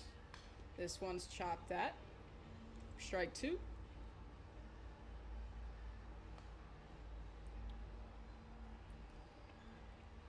One, two count now.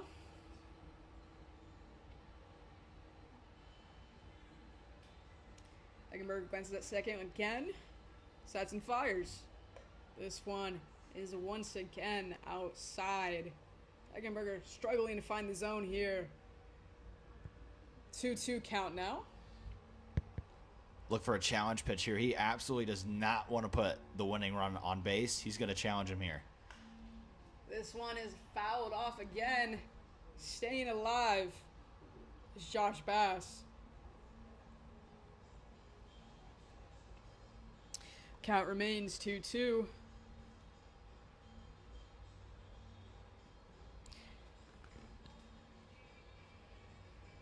This one is flied out into left center field. The center field is underneath it for the first out of the inning.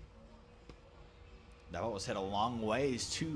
Too bad most of the distance was on the way up. So turned into a routine fly ball for the center fielder and a much needed first out for the Flamingos. Center fielder Donnellan was underneath that. Up next to bat for the grounds loss is Tyler Cerna. Still two runners on base. Eggenberger's first offering. This one's chopped out right back to Eggenberger. Loses it, but then gathers it for and then tag out at first. Hard collision between the first baseman and Tyler Cerna. But good sportsmanship right there as they laugh it off.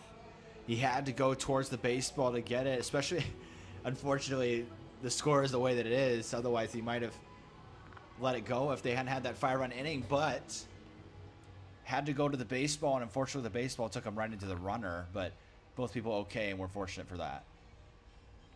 The bottom of the order here for the Groundslops and Nieves. 2 out, but 2 runners in scoring position here. Could potentially tie or lead this game with one good at bat here. This one is fouled down the third base line. 0-1 count here.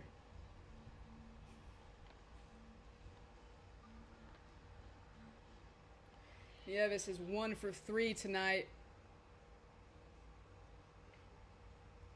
Trying to save the day for the Groundslops. This one is flied out into right field and caught by the right fielder, Arzola. And that will be the third out of the inning that will end the game. The score is 10-8 Flamingos.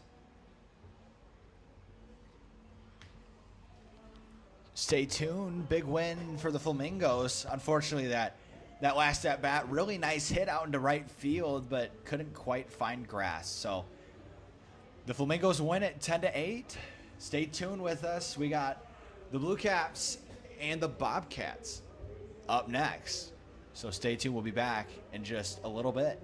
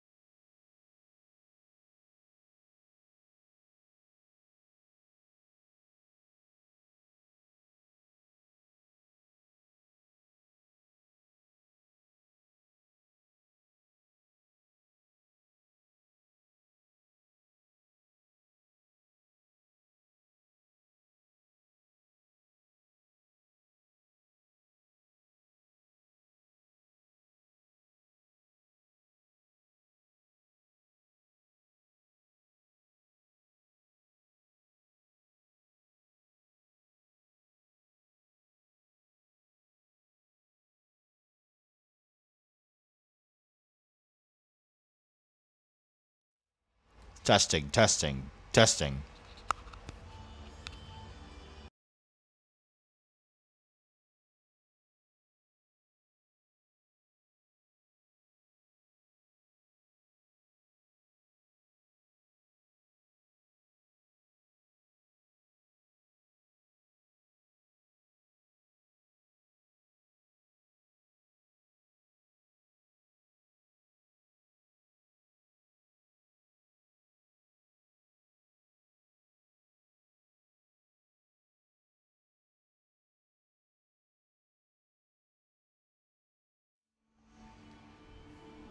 Does this button need to be on the record?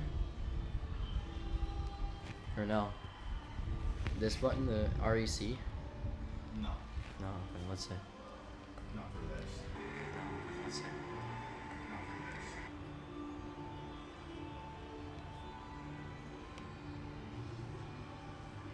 Hello, welcome to KCL.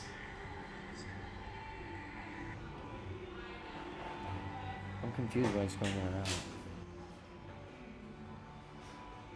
Welcome to KCL.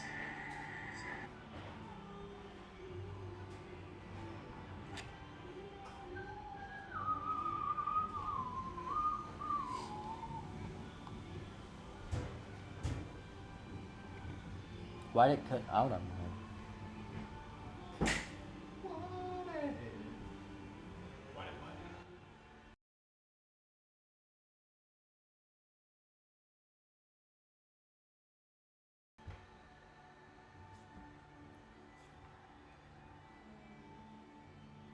Testing, testing, testing. All test as well. Hopefully we just need the one.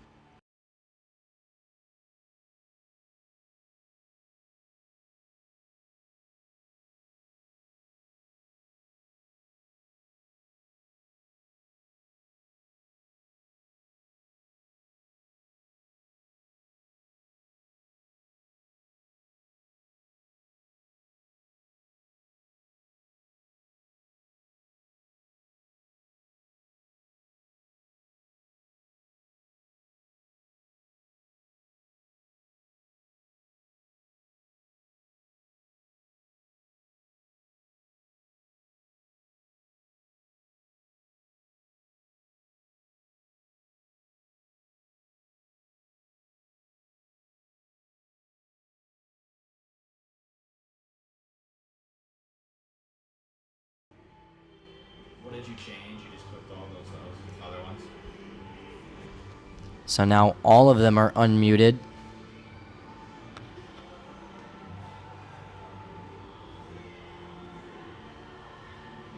I am also unmuted. Hello, hello. Testing, testing.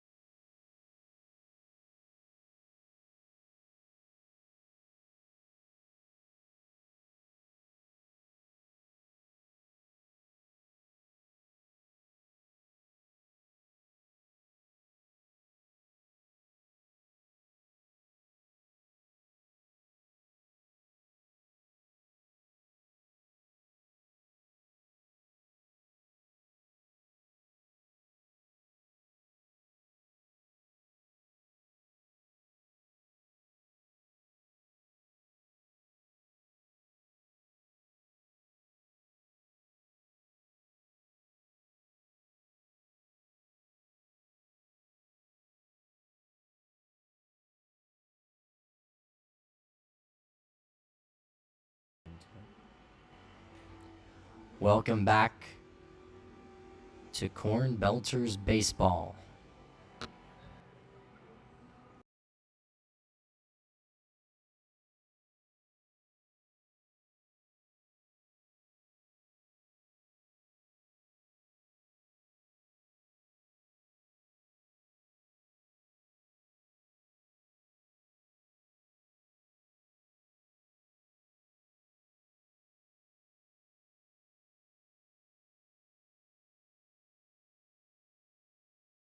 Test one more time. Let's see if this works now. I mean, it's not, I can't hear anything. Mic check, mic No matter check. what. Testing. I mean, it's responding in here too, but nothing's coming out of here. Try waiting 3 seconds before I'm muting.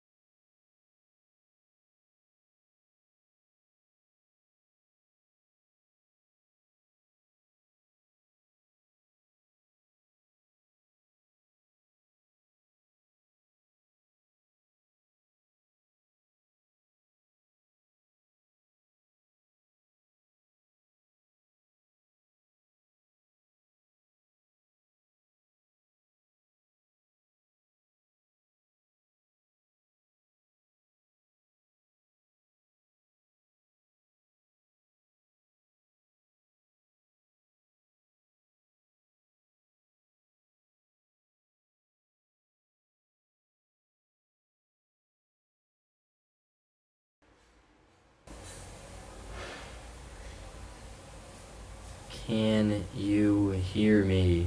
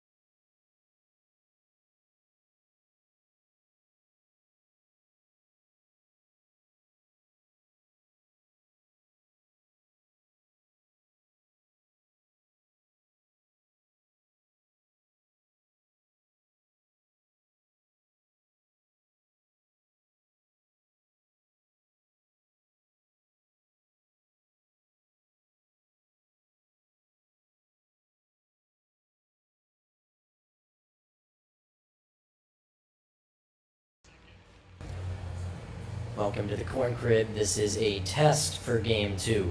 Testing, testing, testing, testing. Hello.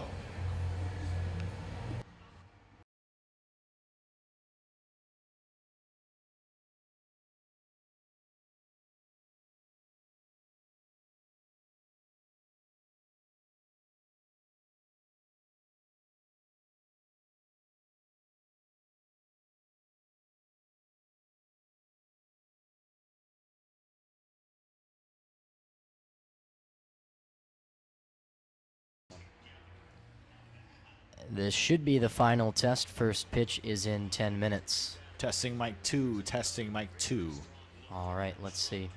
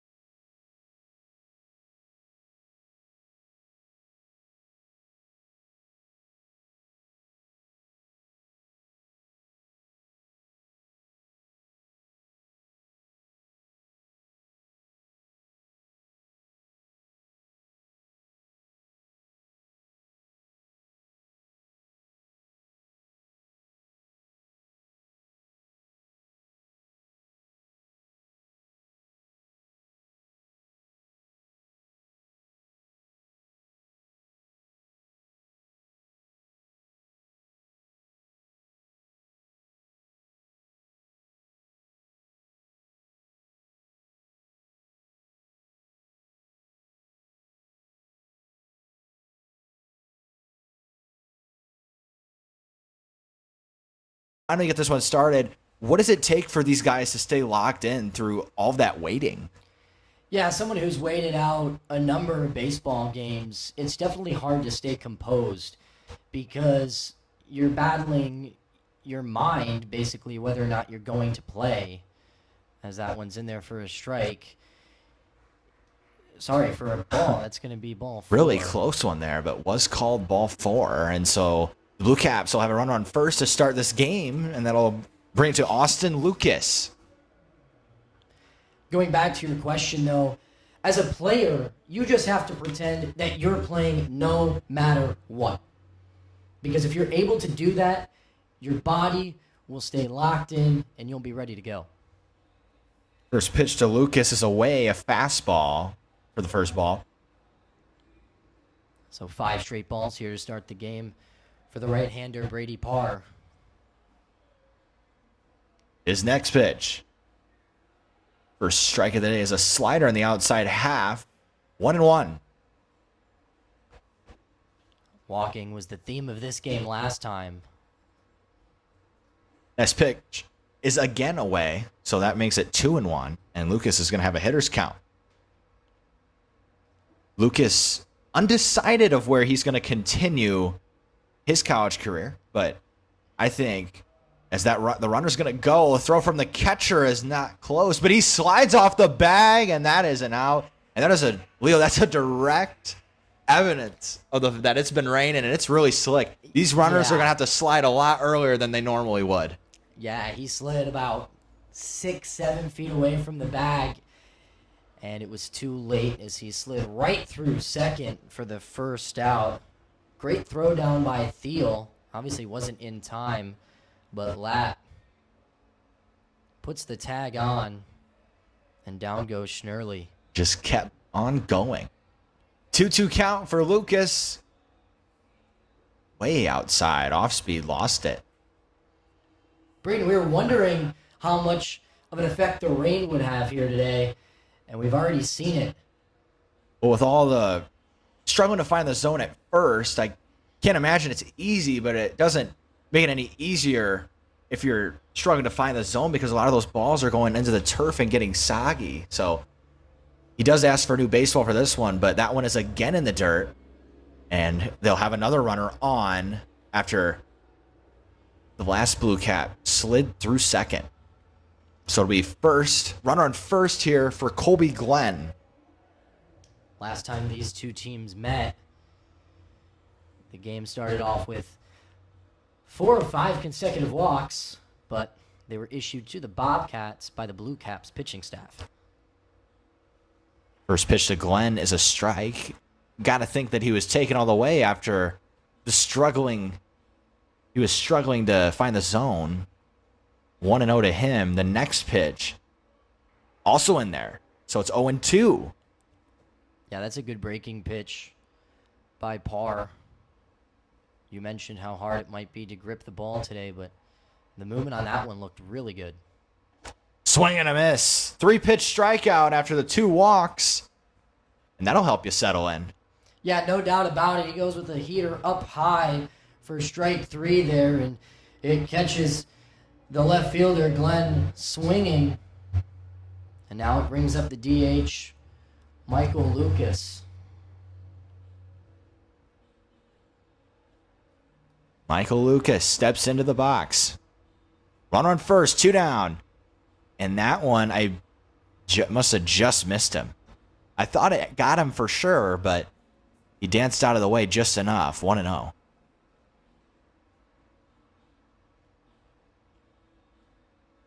Comes set. Comes home. Swing and a miss. Off-speed pitch.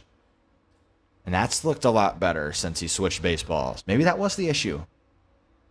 1-1. Yeah, maybe it wasn't. He looks really good with that sweeper. Goes there again, and that is also a strike. He took it that time, and he finds himself behind 1-2. I'd blow a fastball right by him here. He's got options. The pitch. Fastball fouled off to the left side. Lucas fouls that one off to stay alive. Still behind 1-2. but a good two-strike approach does he have.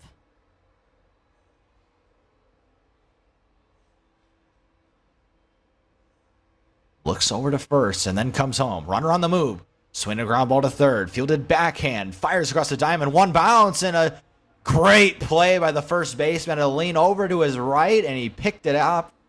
And that is your third out. After one, despite all the action, no runs score. We'll be back for the bottom of the first after this.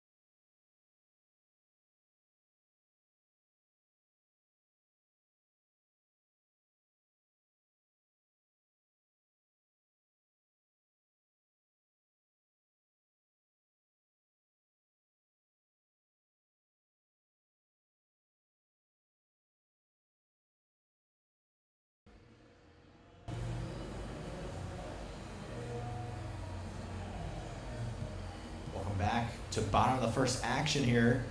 Blue Caps, Bobcats facing off tonight. Leading off is Caleb Hackman.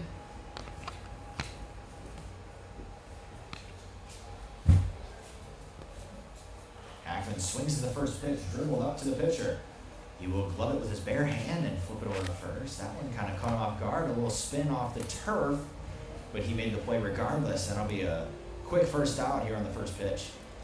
Zach Corson makes easy work of the leadoff third baseman in Caleb Hackman. Quickly one away. Addison Worthman will now step in. Addison Worthman doing the designating hitter duties tonight. You won't see him in the field, but you'll probably hear his bat. First pitch to him. Fastball up in the zone for a strike. Quickly 0-1 to him. He'll step back in the box quickly.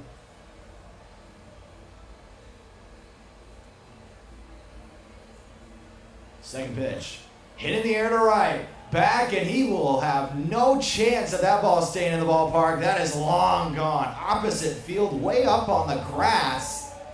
And a quick run here for the Bobcats. It's 1-0.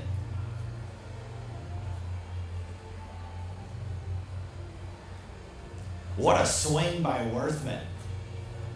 Outside fastball, gorgeous swing, takes it the opposite way.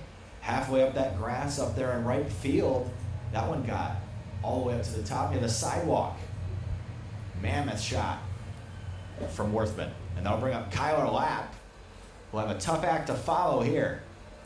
The definition of a no-doubter.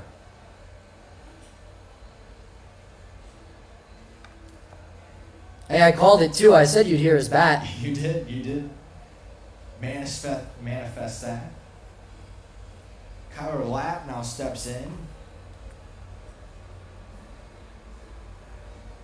Takes a ball low.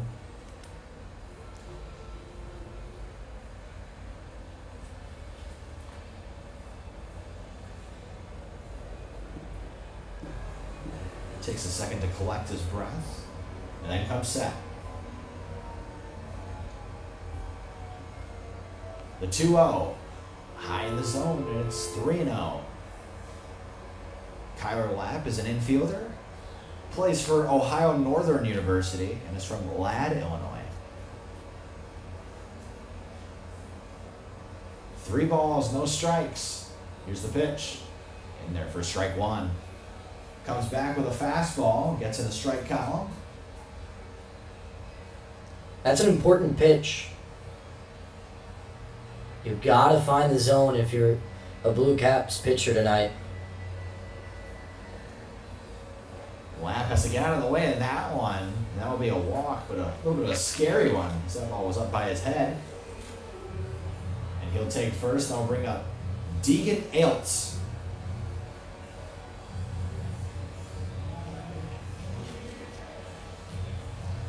Deegan in that cleanup spot and playing center field tonight. Batting left-handed. Has a runner on first. Pitcher looks over to first, then comes home. Strike on the outside part of the plate for him.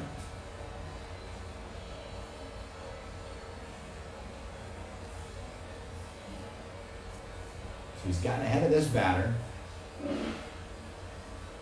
Definitely probably pitching for an out, preferably a ground ball as the runner goes. Throw down a second, way ahead of him, slides, and he too will slide through the base. Yeah, this is getting crazy. Both teams now victims to the water. You got a question of this game, if we should be playing tonight. I mean, he slid pretty early. I mean, he didn't slide late by any means, and he just went right through it and had zero chance of getting back. He was safe originally, as that ball is low for a ball, 2-1. Safe originally, and then just slid right through. He couldn't stop himself. As the home team, and having seen a runner in the top of the first do the same thing, you have to correct it. It's easier said than done, I would say, though. Oh, no doubt about it. I mean, yeah, like instincts, right? So like if you're going, it's hard to communicate with yourself to be like, okay, slide early, slide early, slide early. But I think definitely seeing 2 people do it now, that they'll definitely have it in the back of their heads. right. The 2-2, swing and a miss, strike 3. That'll be a good ending to this one. Here in the first, after 1, your score 1-0. We'll be back in a moment.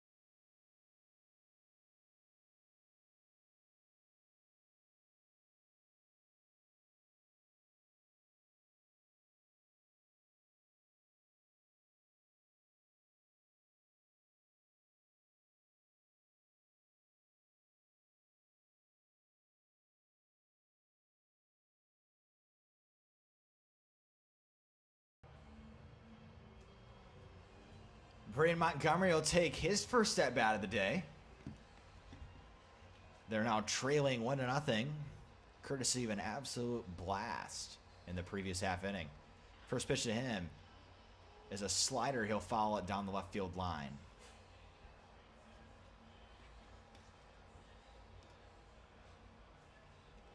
The home run was by the designated hitter Addison Worthman. As we said, opposite field, and it got up the lawn seats out there by plenty. 1-1.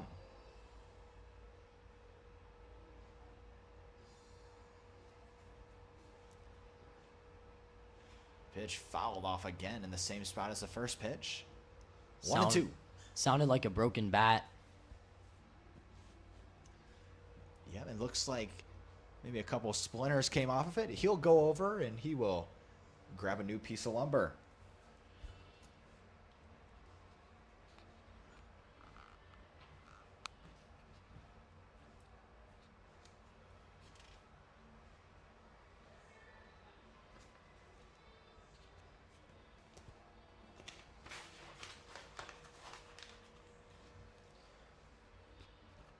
As we said earlier in the game, Brady Parr on the mound for the Bobcats. He attends Parkland Community College. It's from Tolano, Illinois. A lot of great baseball out at Parkland Community College. Seems like they're always in the thick of it. Montgomery's got a new piece of wood. And here we go. Pitch to him. Up and in for a ball. He's now using a bat with a powder blue barrel and an ash handle. Gotta say, it's a very nice looking bat. 2-2. Ripped foul to the right side, and that will make contact with one of our beautiful suites here at the Corn Crib. I don't believe it went through a window. It might have. A fan going to check on that. 2-2.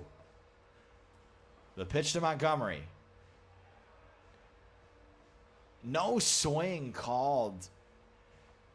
So to describe to you what just happened, the pitch came in, I think out of self-defense. Montgomery was up near his head. He went to try and hit it, and I believe it was a swing, personally, but the umpire over at first did not. That was purely out of self-defense, but very close with this being a swing there. So it'll be a runner on first now for the Blue Caps. And they'll bring up Luke Martin. So Parr will have to work immediately with a runner on. Let's see how he approaches this next hitter. First pitch to Martin. Off speed high for ball one.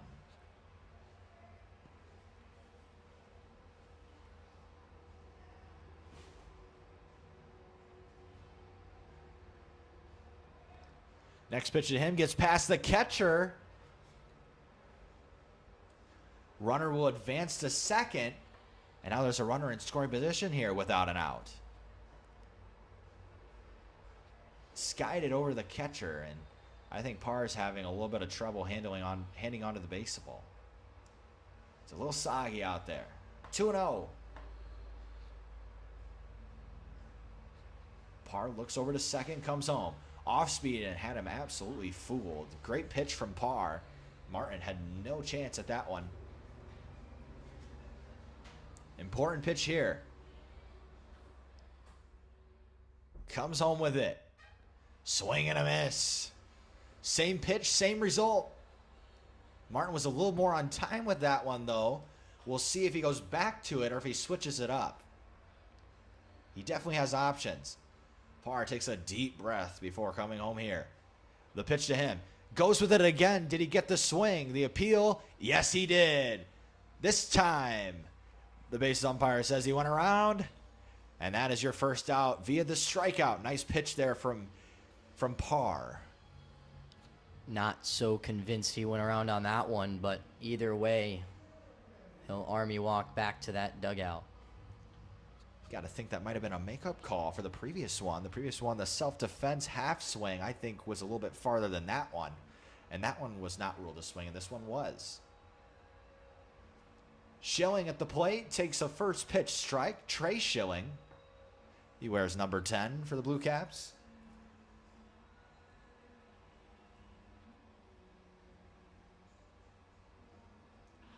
Pitch ripped up the middle. Pitcher got a glove on it. It goes to his second baseman. He'll get the out instead. And there's 2 down, but the runner does advance to third. Little assist there for the pitcher. That'll go down as a 1-4-3 putout. You don't see that too often. Usually when you see 1-4-3 in the box score, it's a double play. That is for sure. Usually, I think that was just hit hard enough where he thought he might as well react. But usually you're taught to let that one go through and let your second baseman get it when it's hit that hard. But they still get the out anyway. 2 down here. Max Green will step up. He's got a runner on third with 2 outs. Needs to get a hit to get him in.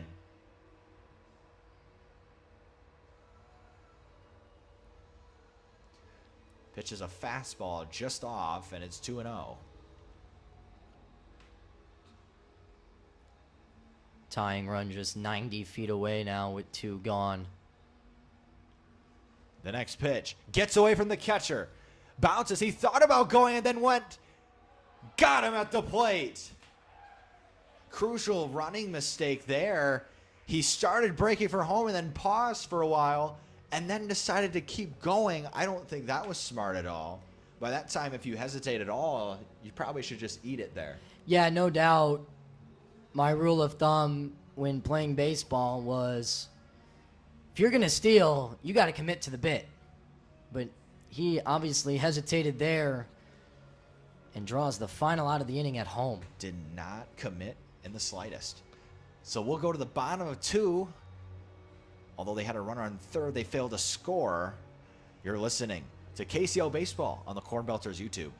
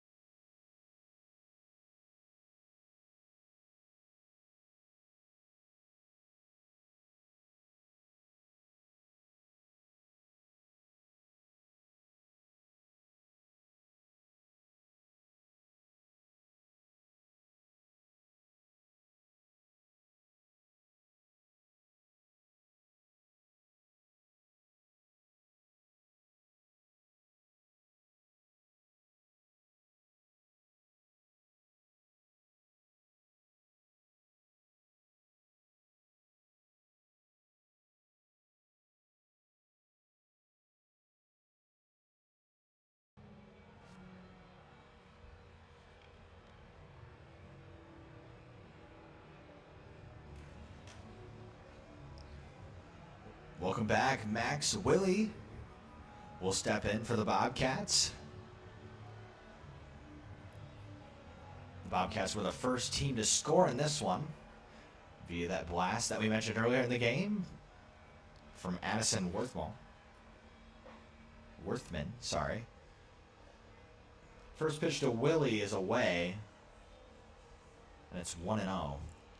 You mentioned the home run by Addison Worthman. That ball was launched into outer space. It was a true no-doubter, almost carried our grass wall and right. Next pitch to him is low.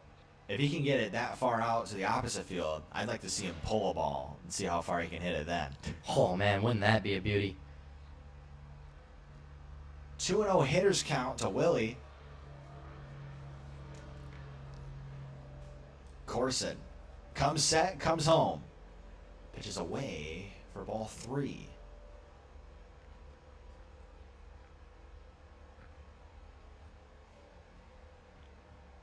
Max Willie doing his work in left field tonight. Good player. Pitch is low, and that is a 4-pitch walk from Corson. The Bobcats will have a runner on here to start the bottom half of the second. Now stepping up to the plate is Will Vogel. Vogel wears number 11. Blue Caps wearing their white jerseys today. Kind of have the old Astros look with some blue and silver accents. For the Bobcats, they have their greens on with their orange letters. And that one hit him too. So it'll be first and second now. And he has not let his defense work yet in this inning, as he walked the first batter on a 4-pitch walk and then proceeded to hit the next batter. So Ryan Thiel will come up with the opportunity to do some damage. But you got to think with the wildness, he probably takes first pitch here.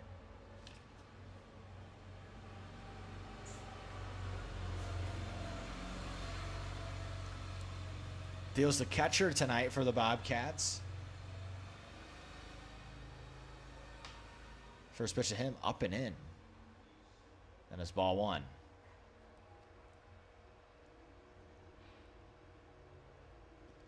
And I think Thiel is going to be taking until he gets a strike here. He has yet to find the zone in this inning yet. Next pitch to him. Up and in for ball 2. And it's 2-0. And Corson will have to refocus, take some time before stepping back on the rubber.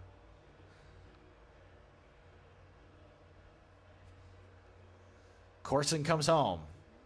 Fastball in there for strike 1, and that is the first strike of this inning.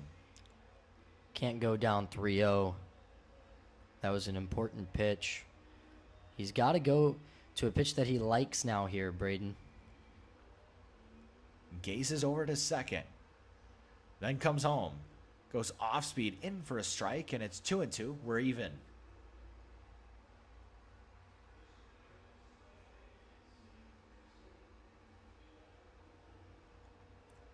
Corson really needs this out. He knows it too. Comes home. Fires a fastball. It's fouled off to the right side. Nice pitch and a nice swing from Thiel.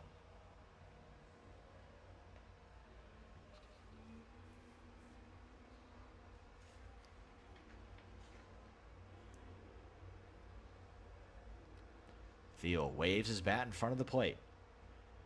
Gets ready to hit. Corson looks over to second and comes home.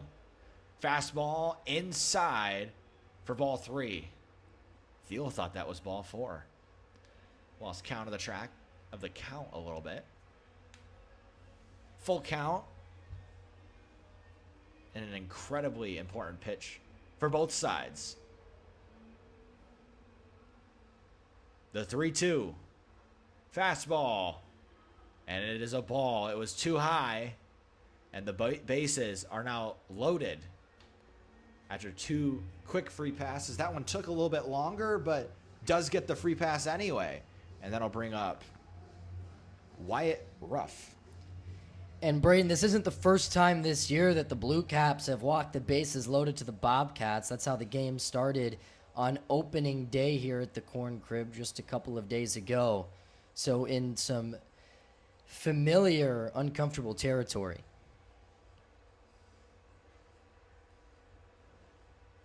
Roof takes ball 1. And I think probably the exact same approach here, where he'll probably take till he gets a strike 2. Might as well. Yeah, there's no reason to swing if he can't find the zone early. Pitch from him, fastball in there for strike one, and that is 1-1. You'd like to get ahead now in the count here if you're Corson. You almost have to, I would think. I mean, you can't get back in the count with bases loaded, and that ball's chopped foul to the left side. Good execution on the pitch from them. And Roof stays alive with a foul ball. 1-2. And now Corson can maybe take a breath for a second before he gets back on the mound for the next pitch. Yesterday, when the Blue Caps played in the second inning, it was reverse baseball. They ran from third to second to first instead of your traditional first, second to third. Ripped in the air to right. Got really good wood on it, but it is foul. 1-2. That was alternate rules night here at the Corn Crib, where both teams would get a special rule introduced to the game every inning. Like, for example, they'd maybe one inning they use metal bats. The other ones, like Leo mentioned, they run to third, second, and first rather than the normal first, second, and third. That ball's fouled off to the left side, and the count remains 1-2. Alternate rules night, it was a lot of fun. I didn't know what to expect, but yeah, you were just mentioning it. There was a Dippin' Dots inning too. The interns decided to pitch an inning. I don't know why we didn't get the chance to do that. That's what I was going to say. Fastball fouled off again. Meanwhile, good at bat here. We didn't hear about getting an inning on the mound or getting an inning to play. Wish we did. It was all marketing. Shout out Dylan Long and Kara McQueen, our pitchers last night out of the intern department here in Normal. I think both get a strikeout? They might have each recorded one. To be fair, the batters were going opposite-handed against them. That is quite true. Meanwhile, Ruff has a great at-bat going here. Swing, and he fouled it off, but the catcher couldn't hang on to it. And a really, as you mentioned, really good battle. 1-2. It's been 1-2 for a while, it seems. I think he's fouled off 4 in a row. Yeah, nobody wanting to give in here. We'll see if Corson deviates from his normal fastball he's thrown in the last couple pitches. He does. Nice pitch from Corson. Goes with a slider, mixes it up a little bit, and gets the strikeout. Much needed out for him. And now there is one out. Now the infield can relax just a little bit more. Everyone was in with the bases loaded, down 1-0 in the bottom of the second. Now the corners and the middle infield all back up just a little bit, hoping to turn 2. Brings up Brady Hart, the 9-hitter. After this, we'll be back to the top of the order. First pitch, fastball.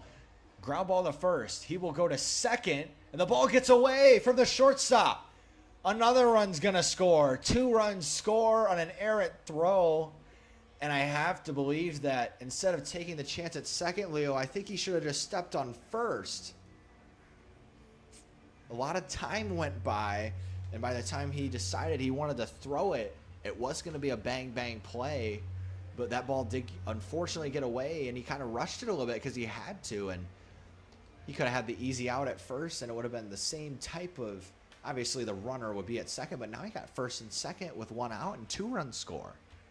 Unfortunate break there for the Blue Caps. First pitch is a slider, and he gets the swing and a miss to start the at-bat. Good job coming back with a strike after kind of a brutal break.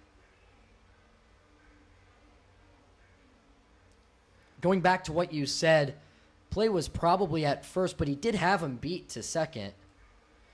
I'm still confused as to why first baseman Montgomery wasn't playing in a little bit more to get the force out at home.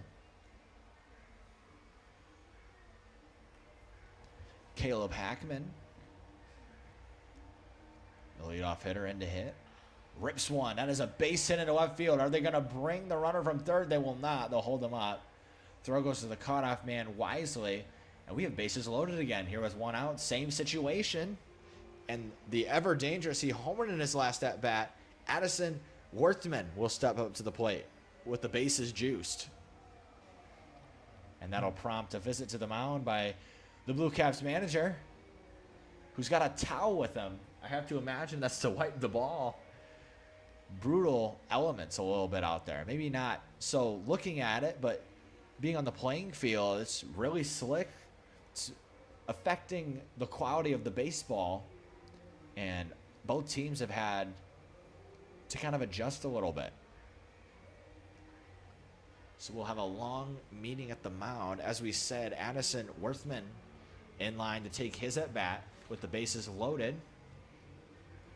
It is now 3-0 Bobcats after that errant throw from the first baseman.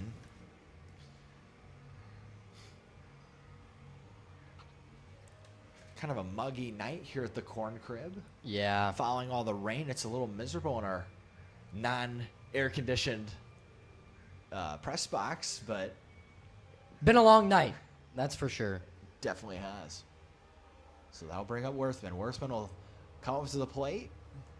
He has pink batting gloves, black bat, white shoes, and a black helmet with a sliding mitt coming out of his back pocket, of course.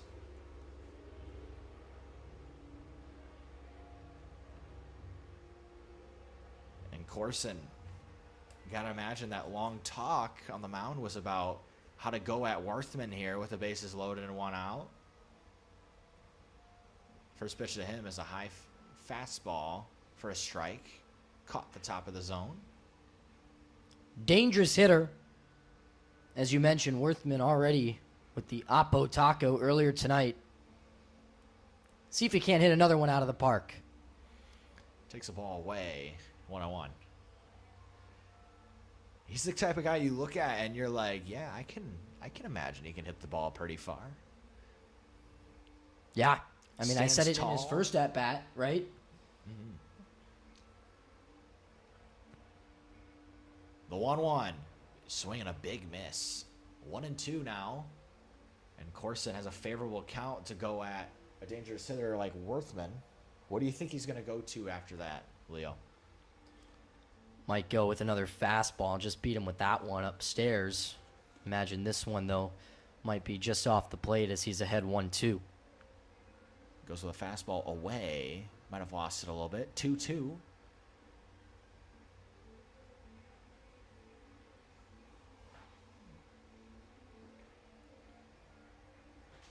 Corson takes a deep breath, steps on the mound. Comes set. Very important pitch here. Here's the pitch. Caught him leaning a little bit, but it will dribble foul to the left side, and the count will remain 2-2. Fought it off, was way ahead of it, but did manage to get wood on it.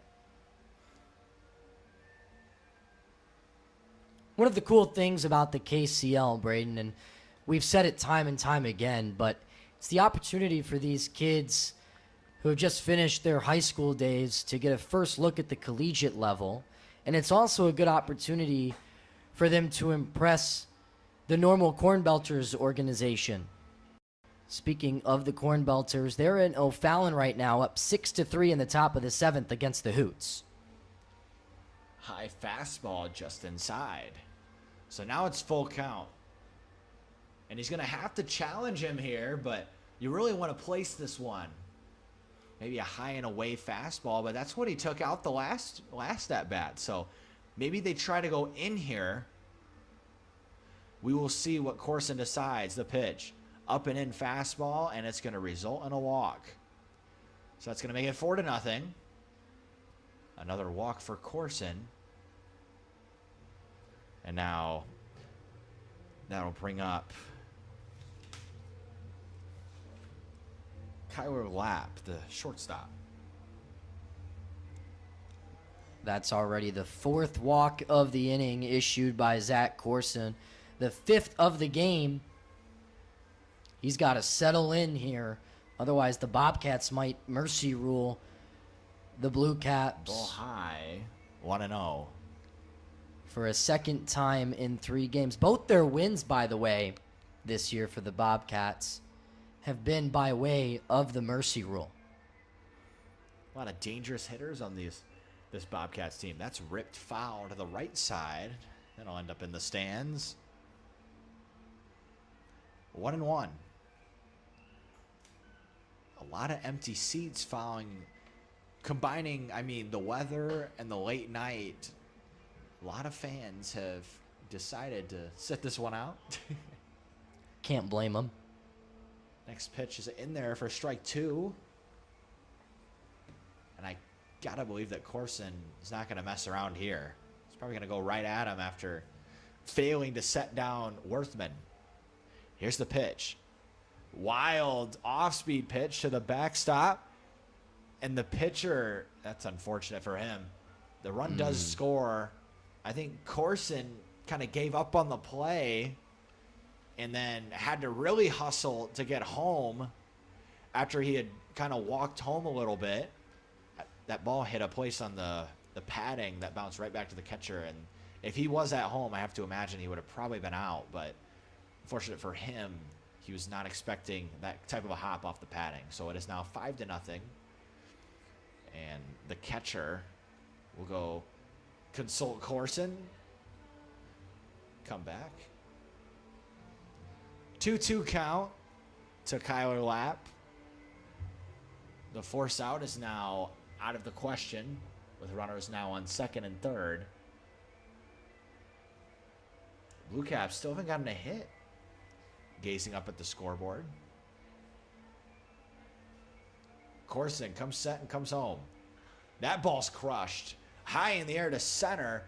Goes above the lights and it comes back down. He has no idea where it is. The ball lands in center fielder and it's picked up by the shortstop. He'll throw home. And I was just about to say, that's kind of like what you saw from Pete Armstrong the other day. The lights only can eliminate so much. And that ball was hit super high and it got above the lights. And with the wind that we're seeing from the rain, I got to imagine that ball disappeared in center field and probably came back in a completely different spot than the center fielder saw it go up at.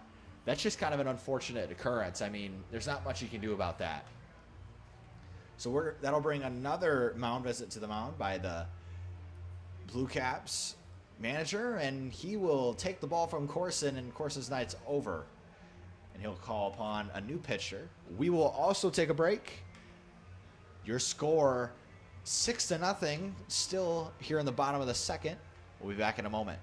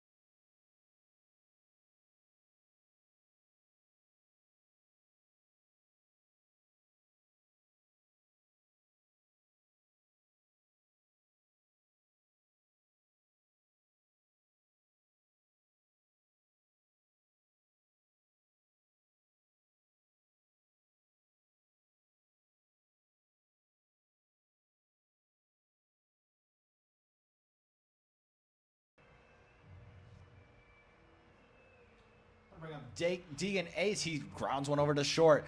He'll glove it, throw it to first. Picked, and he can't grab it. Runner's trying to score from third. Here's the throw. Not in time as well. So 2-run score again on an unfortunate circumstance, and we'll add to the total. It is now 8-0 Bobcats. Just not great for the Blue Caps right now in any sort. No, not at all. Not at all. This game has gotten out of hand quickly. That'll bring up Max Willie. Willie cracks one in the air to left field. With the wind, it's going to end up foul, but that was a really good piece.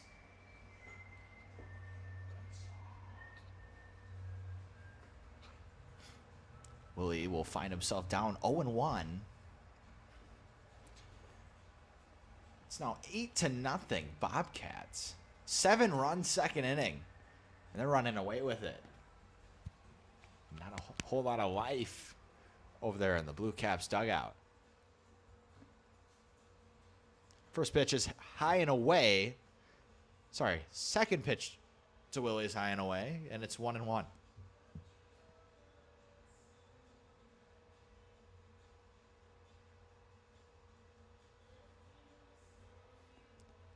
Comes set, fires home. Catcher lost it, and he'll have a stolen base. Good for the Bobcats runner. He slid through second, but there was no throw anyway. And again, I mean, we're 0 for 3, Leo. We're 0 for 3.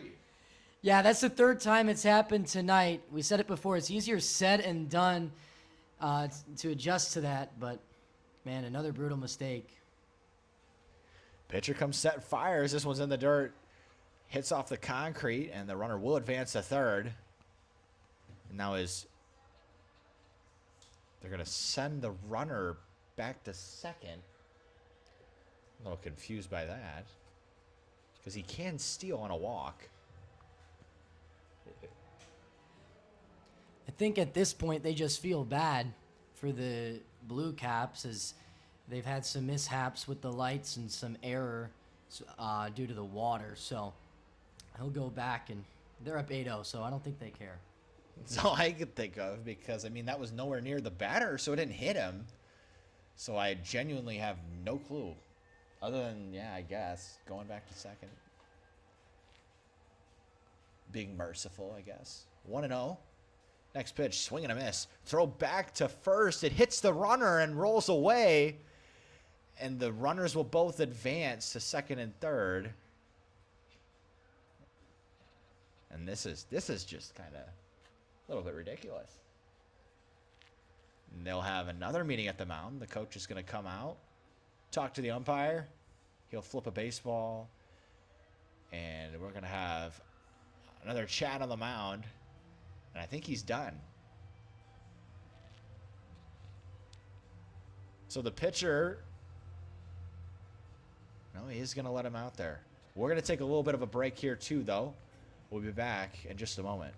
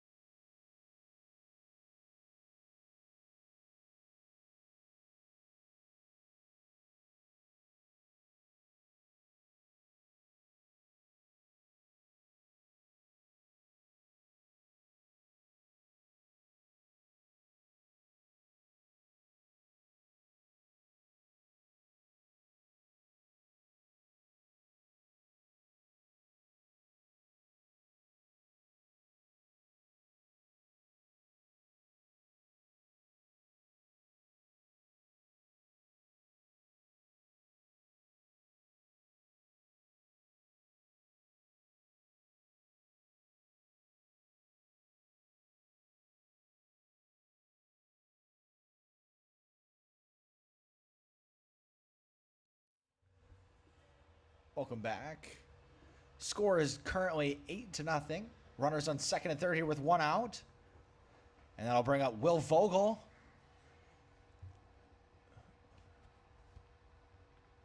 We had a long meeting at the mound to talk things over after a little bit discombobulated out there for the Blue Caps. That ball's hit in the air to right field. This should score one of the runs. Over to the right, and he lets it drop. Going around into second. The throw goes to the cutoff man. That's another unfortunate run for the Bobcats. So it is now 9-0 Bobcats. And the same situation. We're going to have second and third with one out.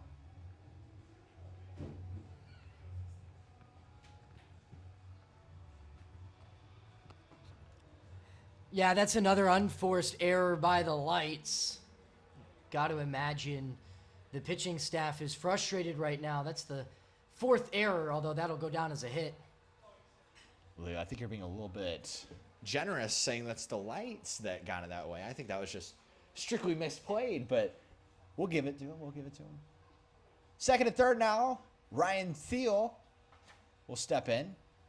Ripped right back, and that was going to come right for our window, but was fortunately saved by our netting behind the plate. And it is 0-2. So the Blue Caps have a chance to get an out here in the form of a strikeout. Second and third. Here's the pitch. Fouled off.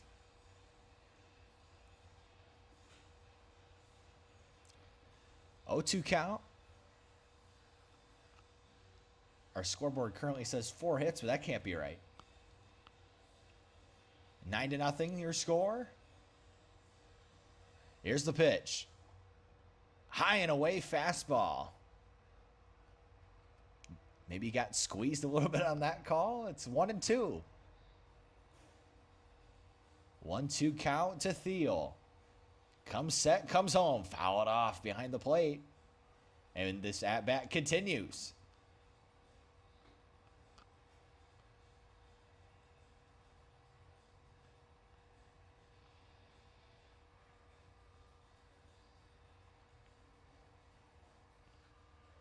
Thiel step back in the box. He's ready to hit. The pitch to him. Off-speed pitch. Got him swinging on the off-speed pitch. And that is a long-awaited out for the Blue Caps. They've got 2 down now. And Wyatt Roof will step up to the plate. Wyatt struck out his first time up this inning, so he's in an awkward situation here where he could record 2 outs in the same inning. It's a rare feat. Hope it doesn't happen. First pitch to him, ripped to the right side. Tried to glove it. He doesn't know where it is. Ball gets away from him. The throw will not be made. He eats it. And now the run total for the Bobcats reaches double digits. That will not be scored as an error. It was hit pretty hard, but definitely a play that first baseman will definitely tell you that he should have made. Runners now at the corners here with 2 outs.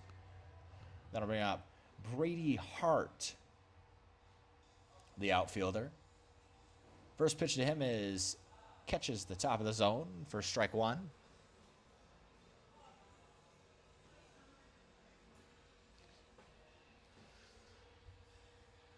Next pitch almost hits Hart. It's 1-1.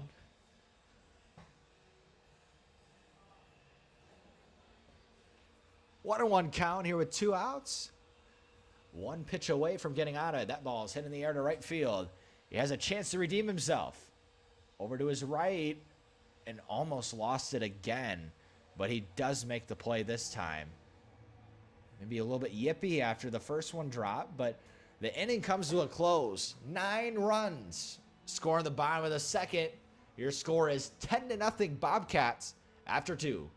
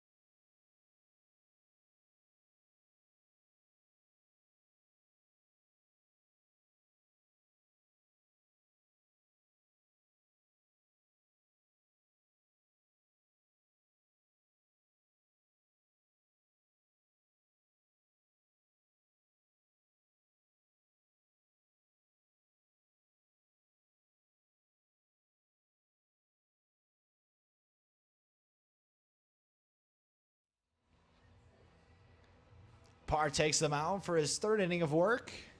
Chase Boudreau will step up for the Blue Caps. Blue Caps find themselves down 10-0 after that half inning. They scored 9 runs. It's got to be up there for one of the most high-scoring half innings in the KCL this year. Yeah, and it's the second time that the Bobcats have put up 9 against the Blue Caps, and they've only played each other 2 times. Good stat, Leo. 1-0 the count. And my apologies, that ball's ripped in the air. Let's see if the same thing happens here. Second baseman going back and has to jump and make the catch. Great job by him to make that play. That ball disappeared over the lights and came back down, and he made a nice grab. Probably the right fielder's call, and probably should have called him off, but regardless, second baseman makes a play. We got an out. Now coming up to the plate is going to be Jace Boudreau. That previous hitter was Max Greamy.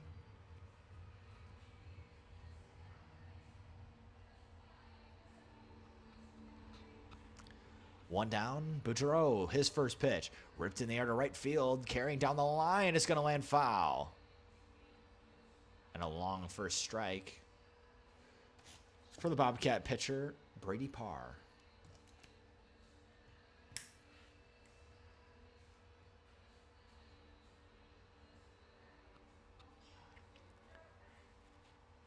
Boudreau will step back in the box.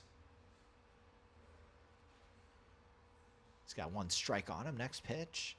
Offered at it, but it is low. The appeal, and the umpire says that he did go. So that will be a strike. So it's now 0-2 here with 1 out.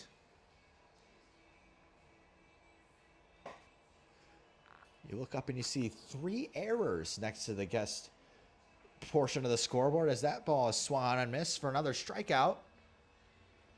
And that makes it 2 down.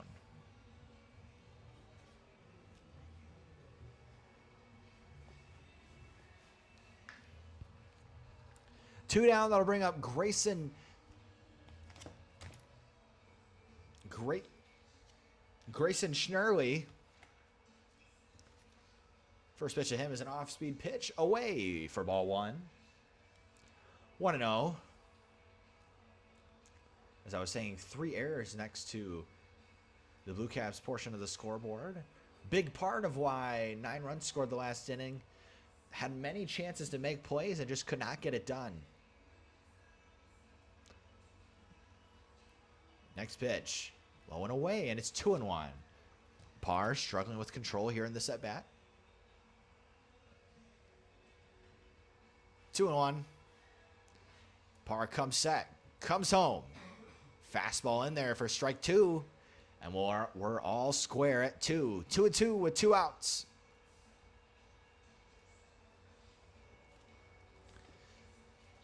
Parr deals. Off-speed pitch inside. Nearly gets the batter, Schnurley. But it'll be full. We're here with 2 outs. Big pitch here. Parr comes home. Lost it. And that ball gets to the backstop. It will be a walk. I have to imagine if he did catch it. It looked pretty close. If he did catch it, might have maybe gotten the call, but the fact that he missed it wasn't enough for the umpire.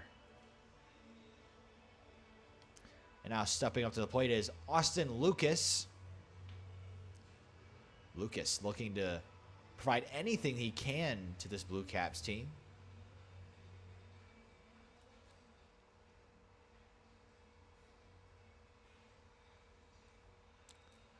Lucas, first pitch he sees is in there for strike 1.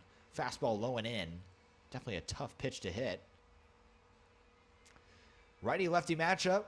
Lucas, left-handed hitter. Next pitch he sees is away, a fastball for a ball. 1-1.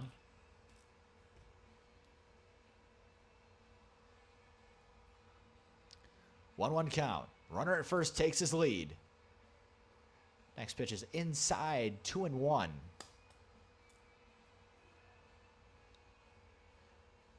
Lucas playing shortstop today. And the runner from first goes. Pitch is fouled off the catcher's hand, unfortunately, and he's going to have to walk that off for a second. Thiel in a little bit of pain after that one. Umpire will give him a second, and we might see a visit from the training staff. And we will for a second. Umpire takes a long walk out to the mound to give him some time. And we're going to take a quick pause. We'll be back in a moment after this injury timeout.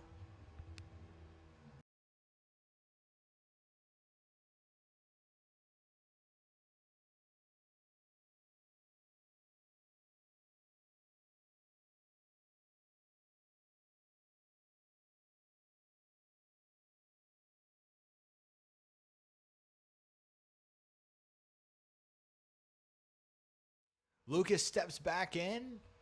He's ready for action here, as fortunately Thiel is okay and he'll remain in the game. 2-2 count.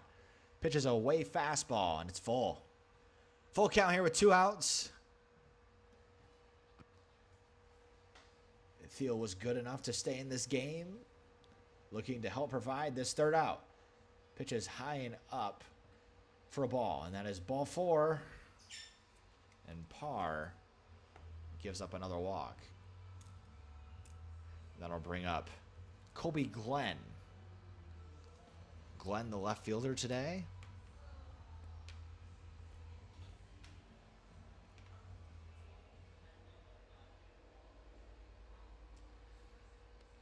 Parr comes set, takes a breath, comes home. And it's low for ball 1. And after that pitch, you saw the base umpire put his head down after that pitch was for a ball. I think that pitch is in there for a strike, and he likes that one. I don't know if he agrees about if we're playing right now as well. Maybe he didn't have a say in that. Next pitch is a slider away for a ball.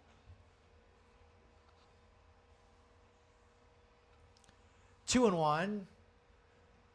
Parr's looked good so far. A little shaky in this inning. Fastball swung on, and I think another one off of Thiel. And Thiel will take a second. That one caught him in the leg. And Thiel, that's the second one that has made contact with him. And it is now 2-2. And Thiel will take a chance to walk it off a little bit. The umpire giving him time graciously. And he'll put his mask back on, and we're ready for baseball again. 2-2. He just wants this inning to be done. You gotta imagine. 2 down, 2-2 count. Here's the pitch. And that hit him. So we're gonna have bases loaded now here with 2 outs. Bobcats in full control of this game so far. But as we know, with base-loaded situations, it usually just takes a couple hits, and you look up at that scoreboard, and you're like, oh, wow. So, pitching coach will go out and talk to Parr. As I said, he looked sharp early, really looked good, and this inning is just kind of had trouble handling the baseball a little bit. And the entire infield will come in to surround Parr. Leo, how are the Corn Belters doing right now out in O'Fallon? I know they had a good game going right now. Let's see what it is now. Our normal Corn Belters are down in O'Fallon right now, battling it out with the Hoots in the top of the 9th inning. The Corn Belters are up 6-4 and threatening with a runner on second and nobody away. Tyler Thompson singled down the right field line to start off the inning and just advanced on a wild pitch. Our player of the game thus far is Jackson Stanek. The lefty DH is 3 for 3. Got imagines a couple extra bases in there too, or we probably don't have that information as right now. But And he's the one up to bat right now. big opportunity. That's exactly who you'd want up in that situation. First pitch is in there for a strike. Keep me updated, Leo.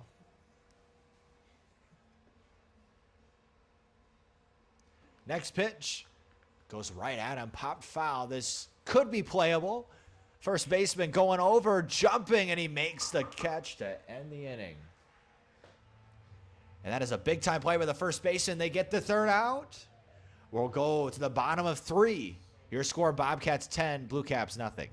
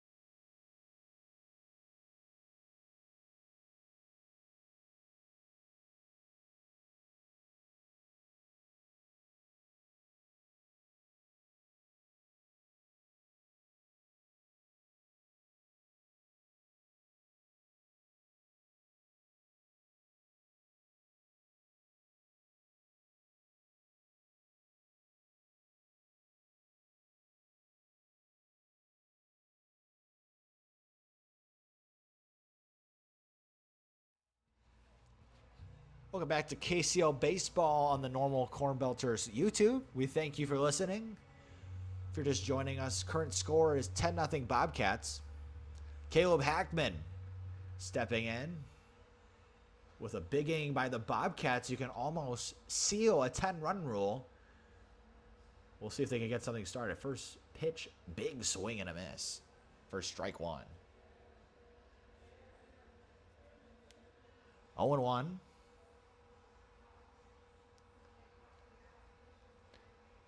Takes a long look in and then finally comes set. The pitch to Hackman is low and it's 1-1.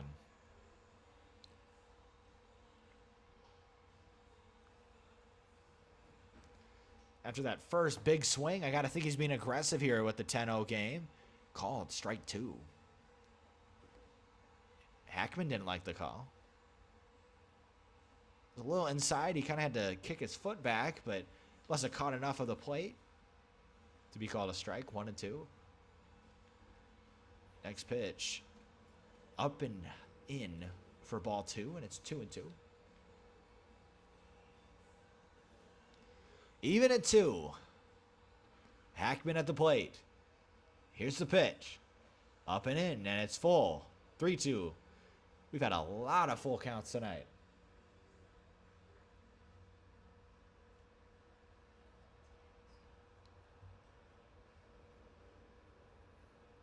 Hackman takes the ball away, and that is a first batter walk for the Bobcats, and that'll bring up Worthman. Worthman homered and walked, I believe, in his second at-bat. Worthman, switch hitter, will bat lefty this at-bat.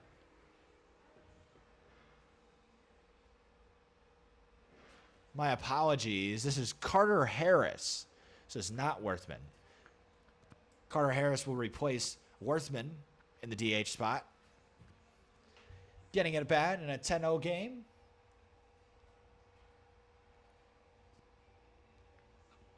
1-0 count. Ripped over to first. It gets by the first baseman. This is going to roll all the way to the wall. Slipping over second base as the runner, but he will have enough time to get to third. My goodness. It's like a slip and slide out there. They do get to second and third, though, and fortunately, again, the Bobcats' second running mishap, but no play to be made regardless, unlike the Blue Caps, who did. Well, I guess the Bobcats also, both runners slipped through second, got out. But yeah, a lot of slipping and sliding going on right now. That pitch is in for a strike.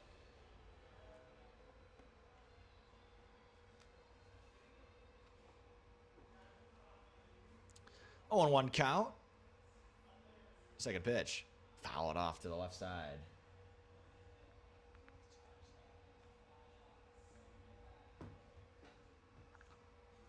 Oh, and 2 count here. They're in desperate need of an out here, are the Blue Caps. First pitch, that ball's crushed. That's going to be way over the center fielder's head, and he can run. Let's see how far he'll go. 2 runs will score easily. He's on his way to third. The throw comes into the cutoff man. The ball gets away, but he will not go home. It is a 2-run triple, and the Bobcats take a 12-0 lead.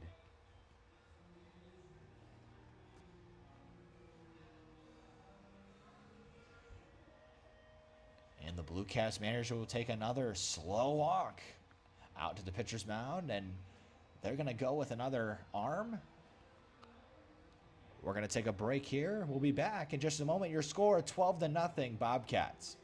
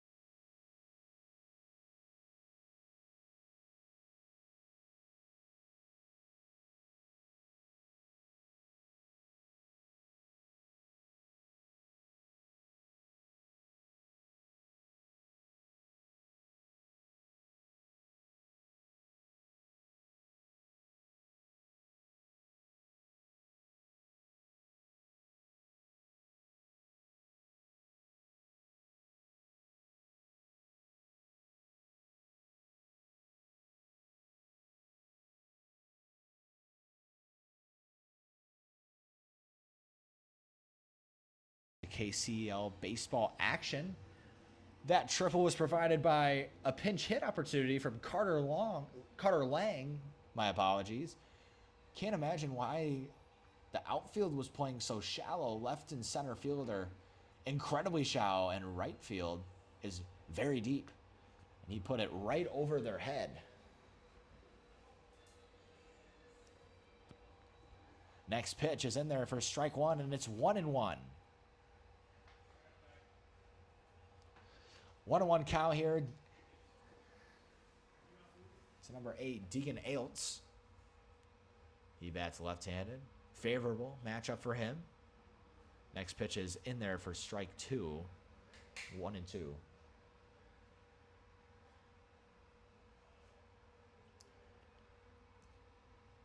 Runner on third with no outs. Ball in play will more than likely score the run unless it is in front of the fielders here in the infield, and that is a nice pitch by the Blue Caps pitcher, and that is the first out of the inning. Strike 3 to Ailts.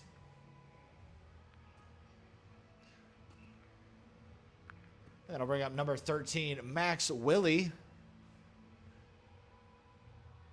Willie, an outfielder from Plono, Illinois.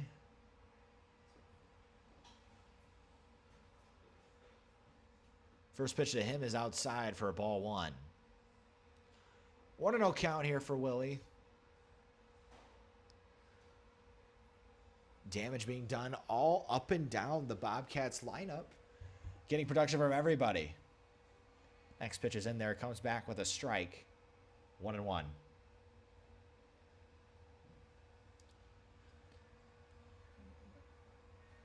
If you're still with us in this 12-0 game, we do appreciate you listening. Ball's low, and it's 2-1.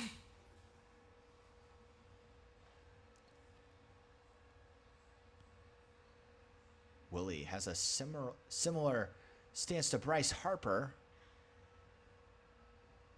Fouls it off the left side.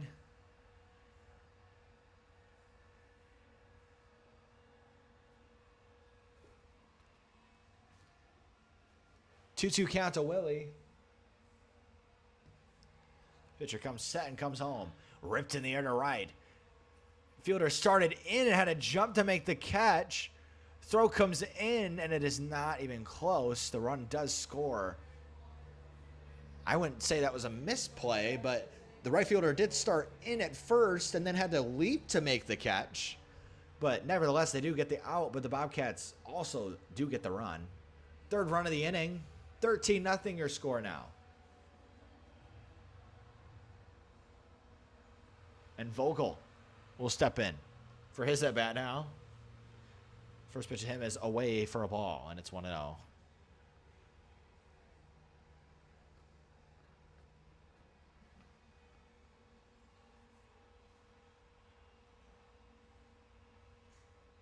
One-0 pitch.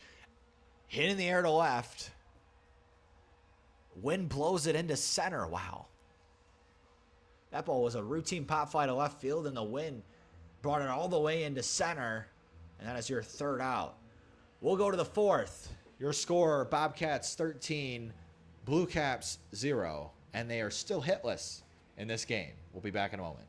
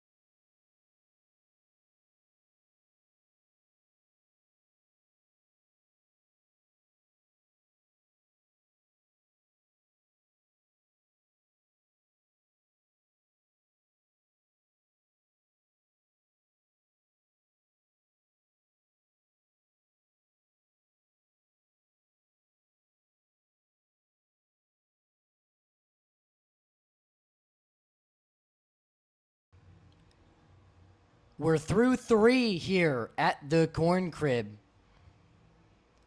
on this lovely evening here in Normal, Illinois.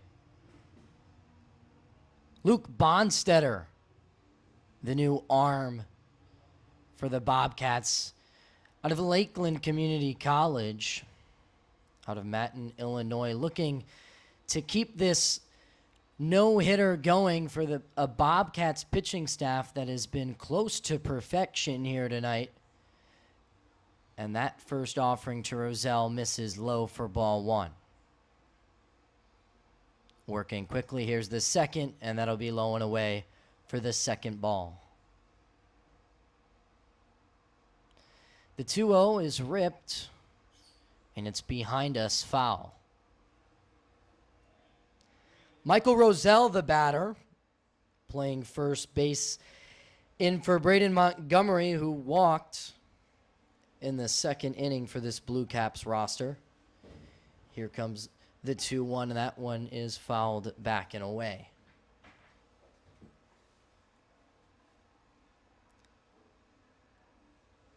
It's 13-0 in favor of the Bobcats.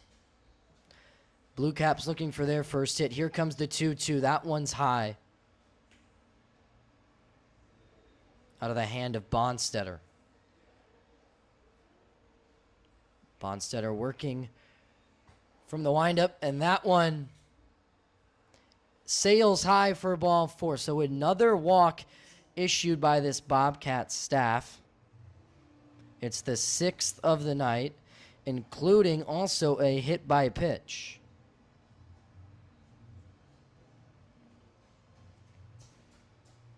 So it brings up the right fielder, Luke Martin, who struck out his only time up tonight. The fastball sails by.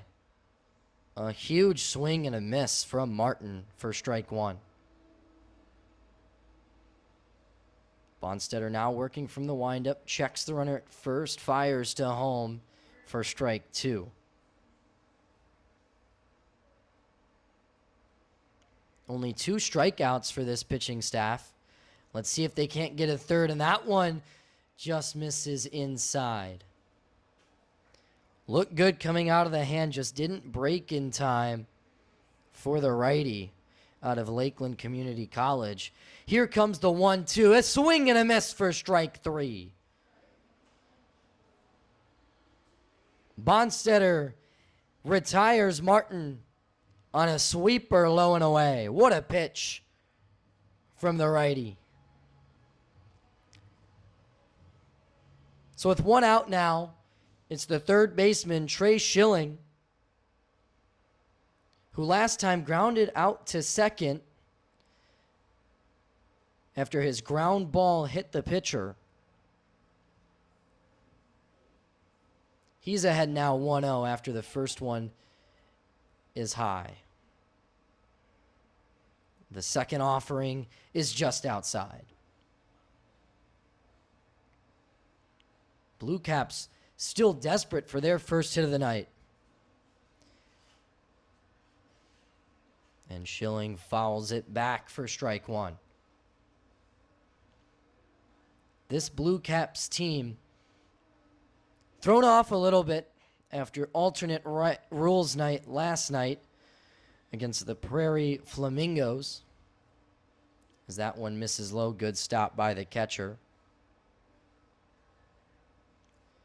Alternate rules night was crazy. We started off the first inning with 1858 rules. The Prairie Chickens came to town and were led by Joey Shore, as that one's low for ball 4. Another walk, that's the second of the inning, attributed to Bonstetter. So runners on first and second now with only 1 away in the top of the 4th. Going back to alternate rules night, the AGM Joey Shore singled to third base just as we taught him. Overran the base, though, and in 1858 you couldn't do that, as that one's downstairs for ball 1. The second inning they played some reverse baseball where they ran from third to second to first. Then played some awful baseball in the third. This one, a roller to Lapp, who tosses it to Vogel, who gets it to first in time for the double play. Roof with a nice play at first base to end the inning. And what a way to end the top of the 4th. Already up 13-0. We'll see the Bobcats bats when we return.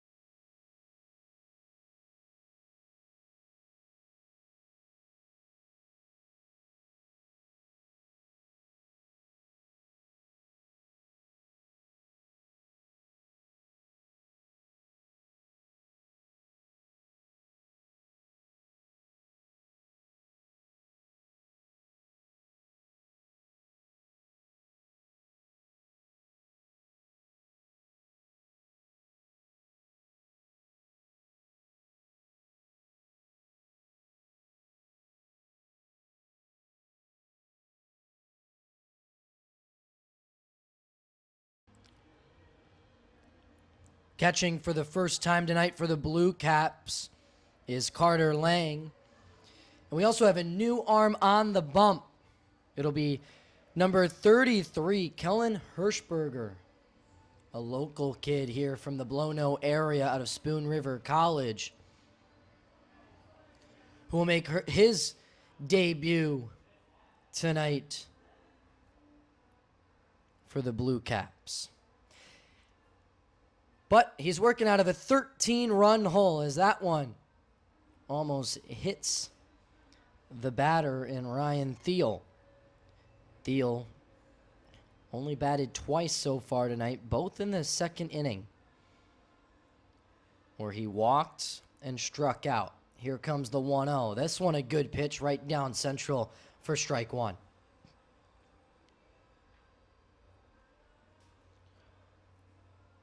$13-0. 7 hits to 0. And 3 errors charged to this Blue Caps defense that has been struggling, as that one's fouled away and into the concourse. Hirschberger up 1-2 in the count. Going from the windup, Thiel awaits the 4th pitch of the at-bat. This one sails high and misses upstairs. This Bobcats team has been dominant. Both their wins so far has come by the mercy rule. And they're a few outs away from another one, as that one nails Thiel in the upper back. It was a breaking pitch, so he'll be fine and walk over to first base. So it's a leadoff hit by pitch for the Bobcats, who are looking to add to their monstrous lead.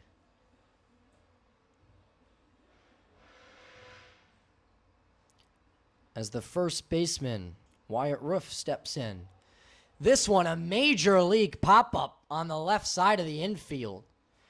It brings in Schilling, who makes a nice catch. And just like that, there's one away. We're having mic issues. What happened? I don't know. It's just we're not able to use both of them. We thought maybe it was charged, but it's charged. But we've been having to go like this after a while. We're like, it's just not working. Yeah. Pinch hitting now for the Bobcats roster is Maine. Maine's had a good start to his season as he dribbles this one to the left side. Schilling trips on his way to the ball, but fires across the diamond and in time to the first baseman, Roselle. A nice play for the second out of the inning by the third baseman. And it brings us to Caleb Hackman in the top of the order for the Bobcats.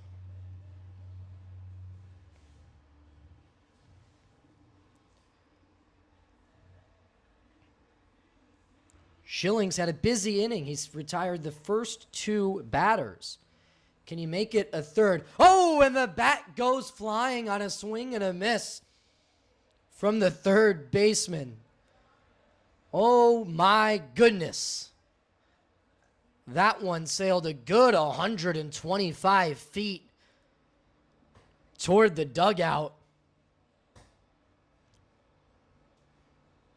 If that doesn't wake you up, nothing will. As he applies some tar to keep that bat in his hands the rest of the night. And good thing there's a lot of foul territory here at the corn crib. Otherwise, that could have sailed over any net and hit a fan. Everyone's safe, though. Here comes the next offering, and this one's fouled away. The bat stays in Hackman's hand this time.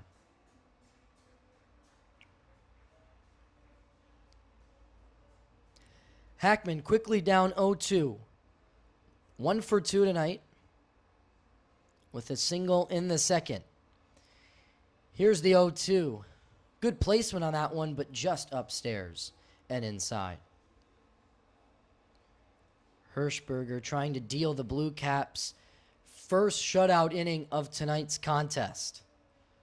He's one pitch away. Here comes the 1-2. This one over gripped and low.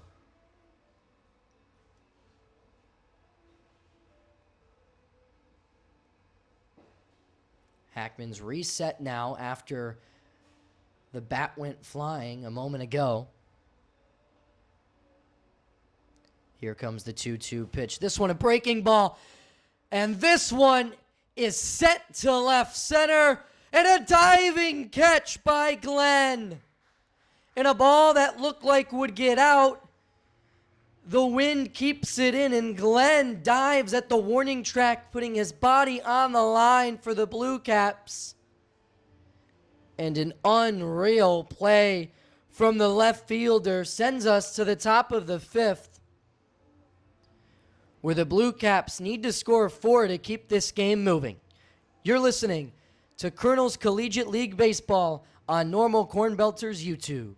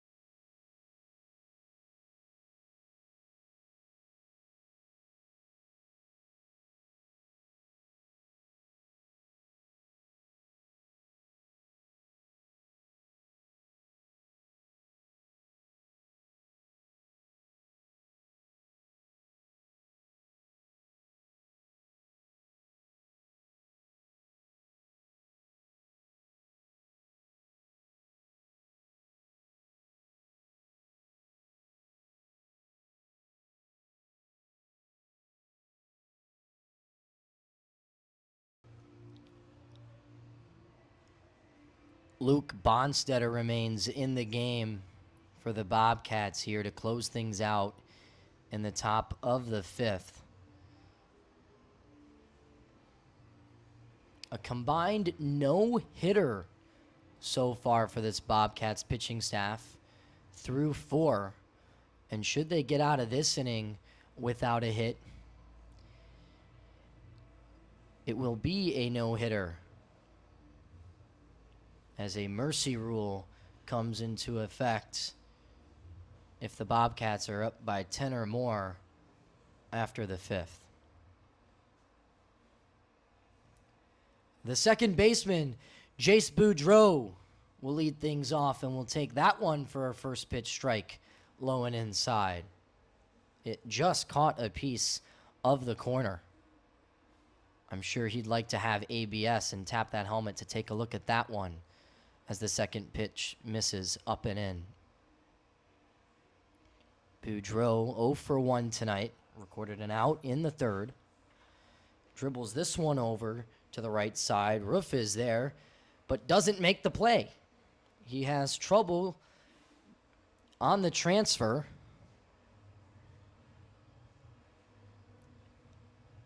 And it'll be an error on the first baseman. So the no-hitter is still alive.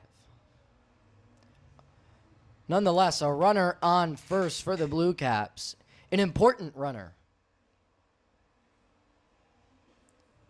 And it'll bring up Grayson Schnurley, the center fielder, who's walked both times tonight, as the first pitch of his at-bat sails high. That breaking ball just didn't quite break in time. And this one's a whiff to draw the count even at 1.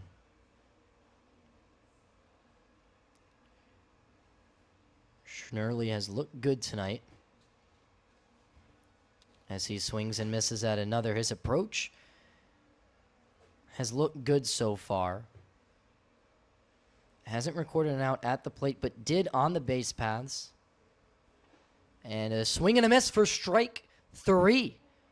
So there's one away now in the top half of the 5th as Bonstetter retires Schnurley. As I was saying, Schnurley had yet to record an out in the batter's box. But as the first base runner of tonight's game, he was kind of the test subject for what the base pass would look like, and he slid on his way to second in the top half of the first inning as that one's fouled away by the batter and the shortstop, Austin Lucas, who's also walked both times tonight. Lucas works from the left side. Our pitcher, Bonstetter, works from the right. This one's an over-the-top pitch and breaks in for strike 1. Lucas, like Schnurley, has had a good approach tonight. A very keen eye. This one's ripped over to third and gets under the glove of Hackman. And it's a base hit for Lucas.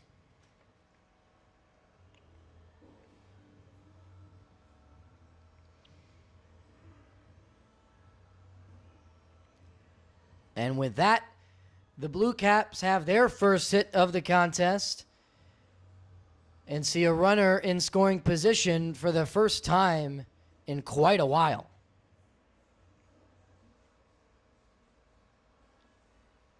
Colby Glenn now the batter. That one's high and inside. He was hit his last time up and struck out in the first inning. So he's 0 for 1. The windup and the pitch. This one skied to right field, but it's playable for Hart, who makes the catch. As a runner tags from second to third.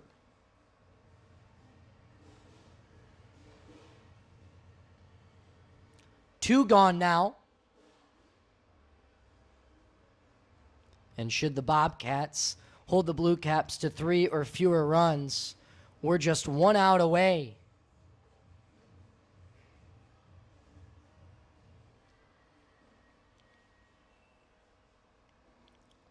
Michael Lucas digs into the plate on the right-handed side, and that misses low and away. It was his brother Austin who broke up the no-hitter just a moment ago. Let's see what Michael can do. This one tickles the third base line and makes its way foul. It was a gentle ground ball.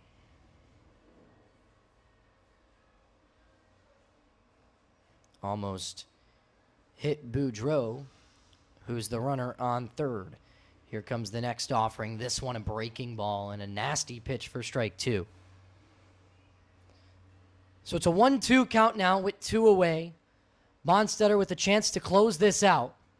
Pitching out of the stretch. Here's the 1-2. This one breaks just low. Deuces now at the corn crib. Here comes the 2-2. Bonstetter catches a piece of the batter. Well, it almost does.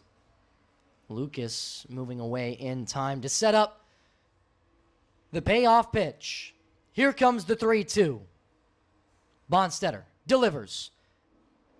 And this one is in the dirt for ball 4. So the bases will be loaded. Both Lucases make their way on for the Blue Caps.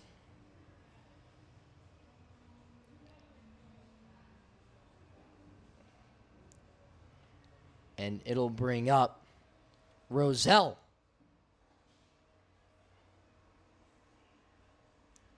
The first offering to Roselle is high, but called a strike. This next one gets away, but bounces right back to the catcher. A lucky bounce for the Bobcats. As if they haven't gotten lucky enough tonight, up 13-0 in the top of the 5th with 2 gone. And a 1-1 count now to Michael Roselle, trying to keep this game alive. That one's in there for strike 2.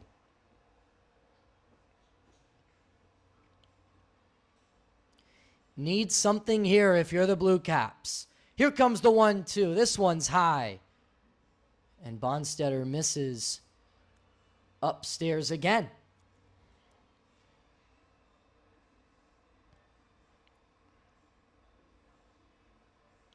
Here comes the 2-2. This one, again up high. I sound like a broken record.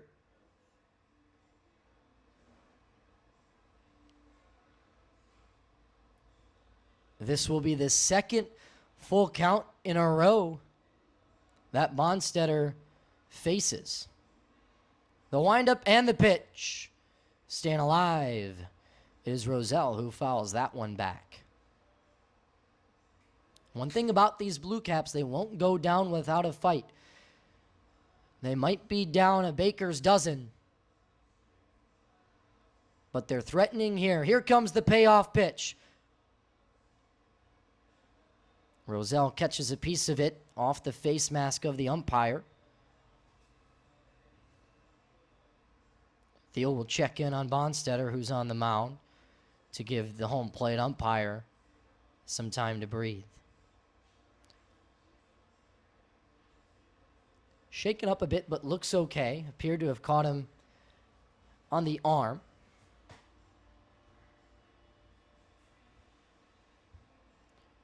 Roselle now digs in again.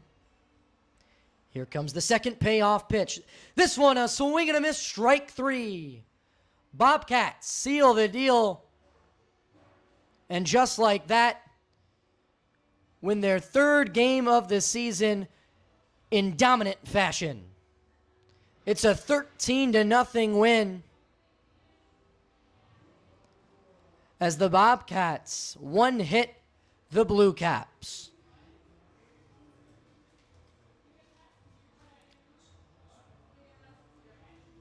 Wow. It's another Mercy Rule win for the defending champions as they retain the coveted champions belt. In their last game, it was the walk-off from Caleb Hackman. Today, it's the swing and a miss that they get from Roselle as Bonstetter comes in and retires the side after loading the bases. It was a hectic night, but we appreciate those of you who joined us. Signing off, I am Leo Romano. Good night, ladies and gentlemen.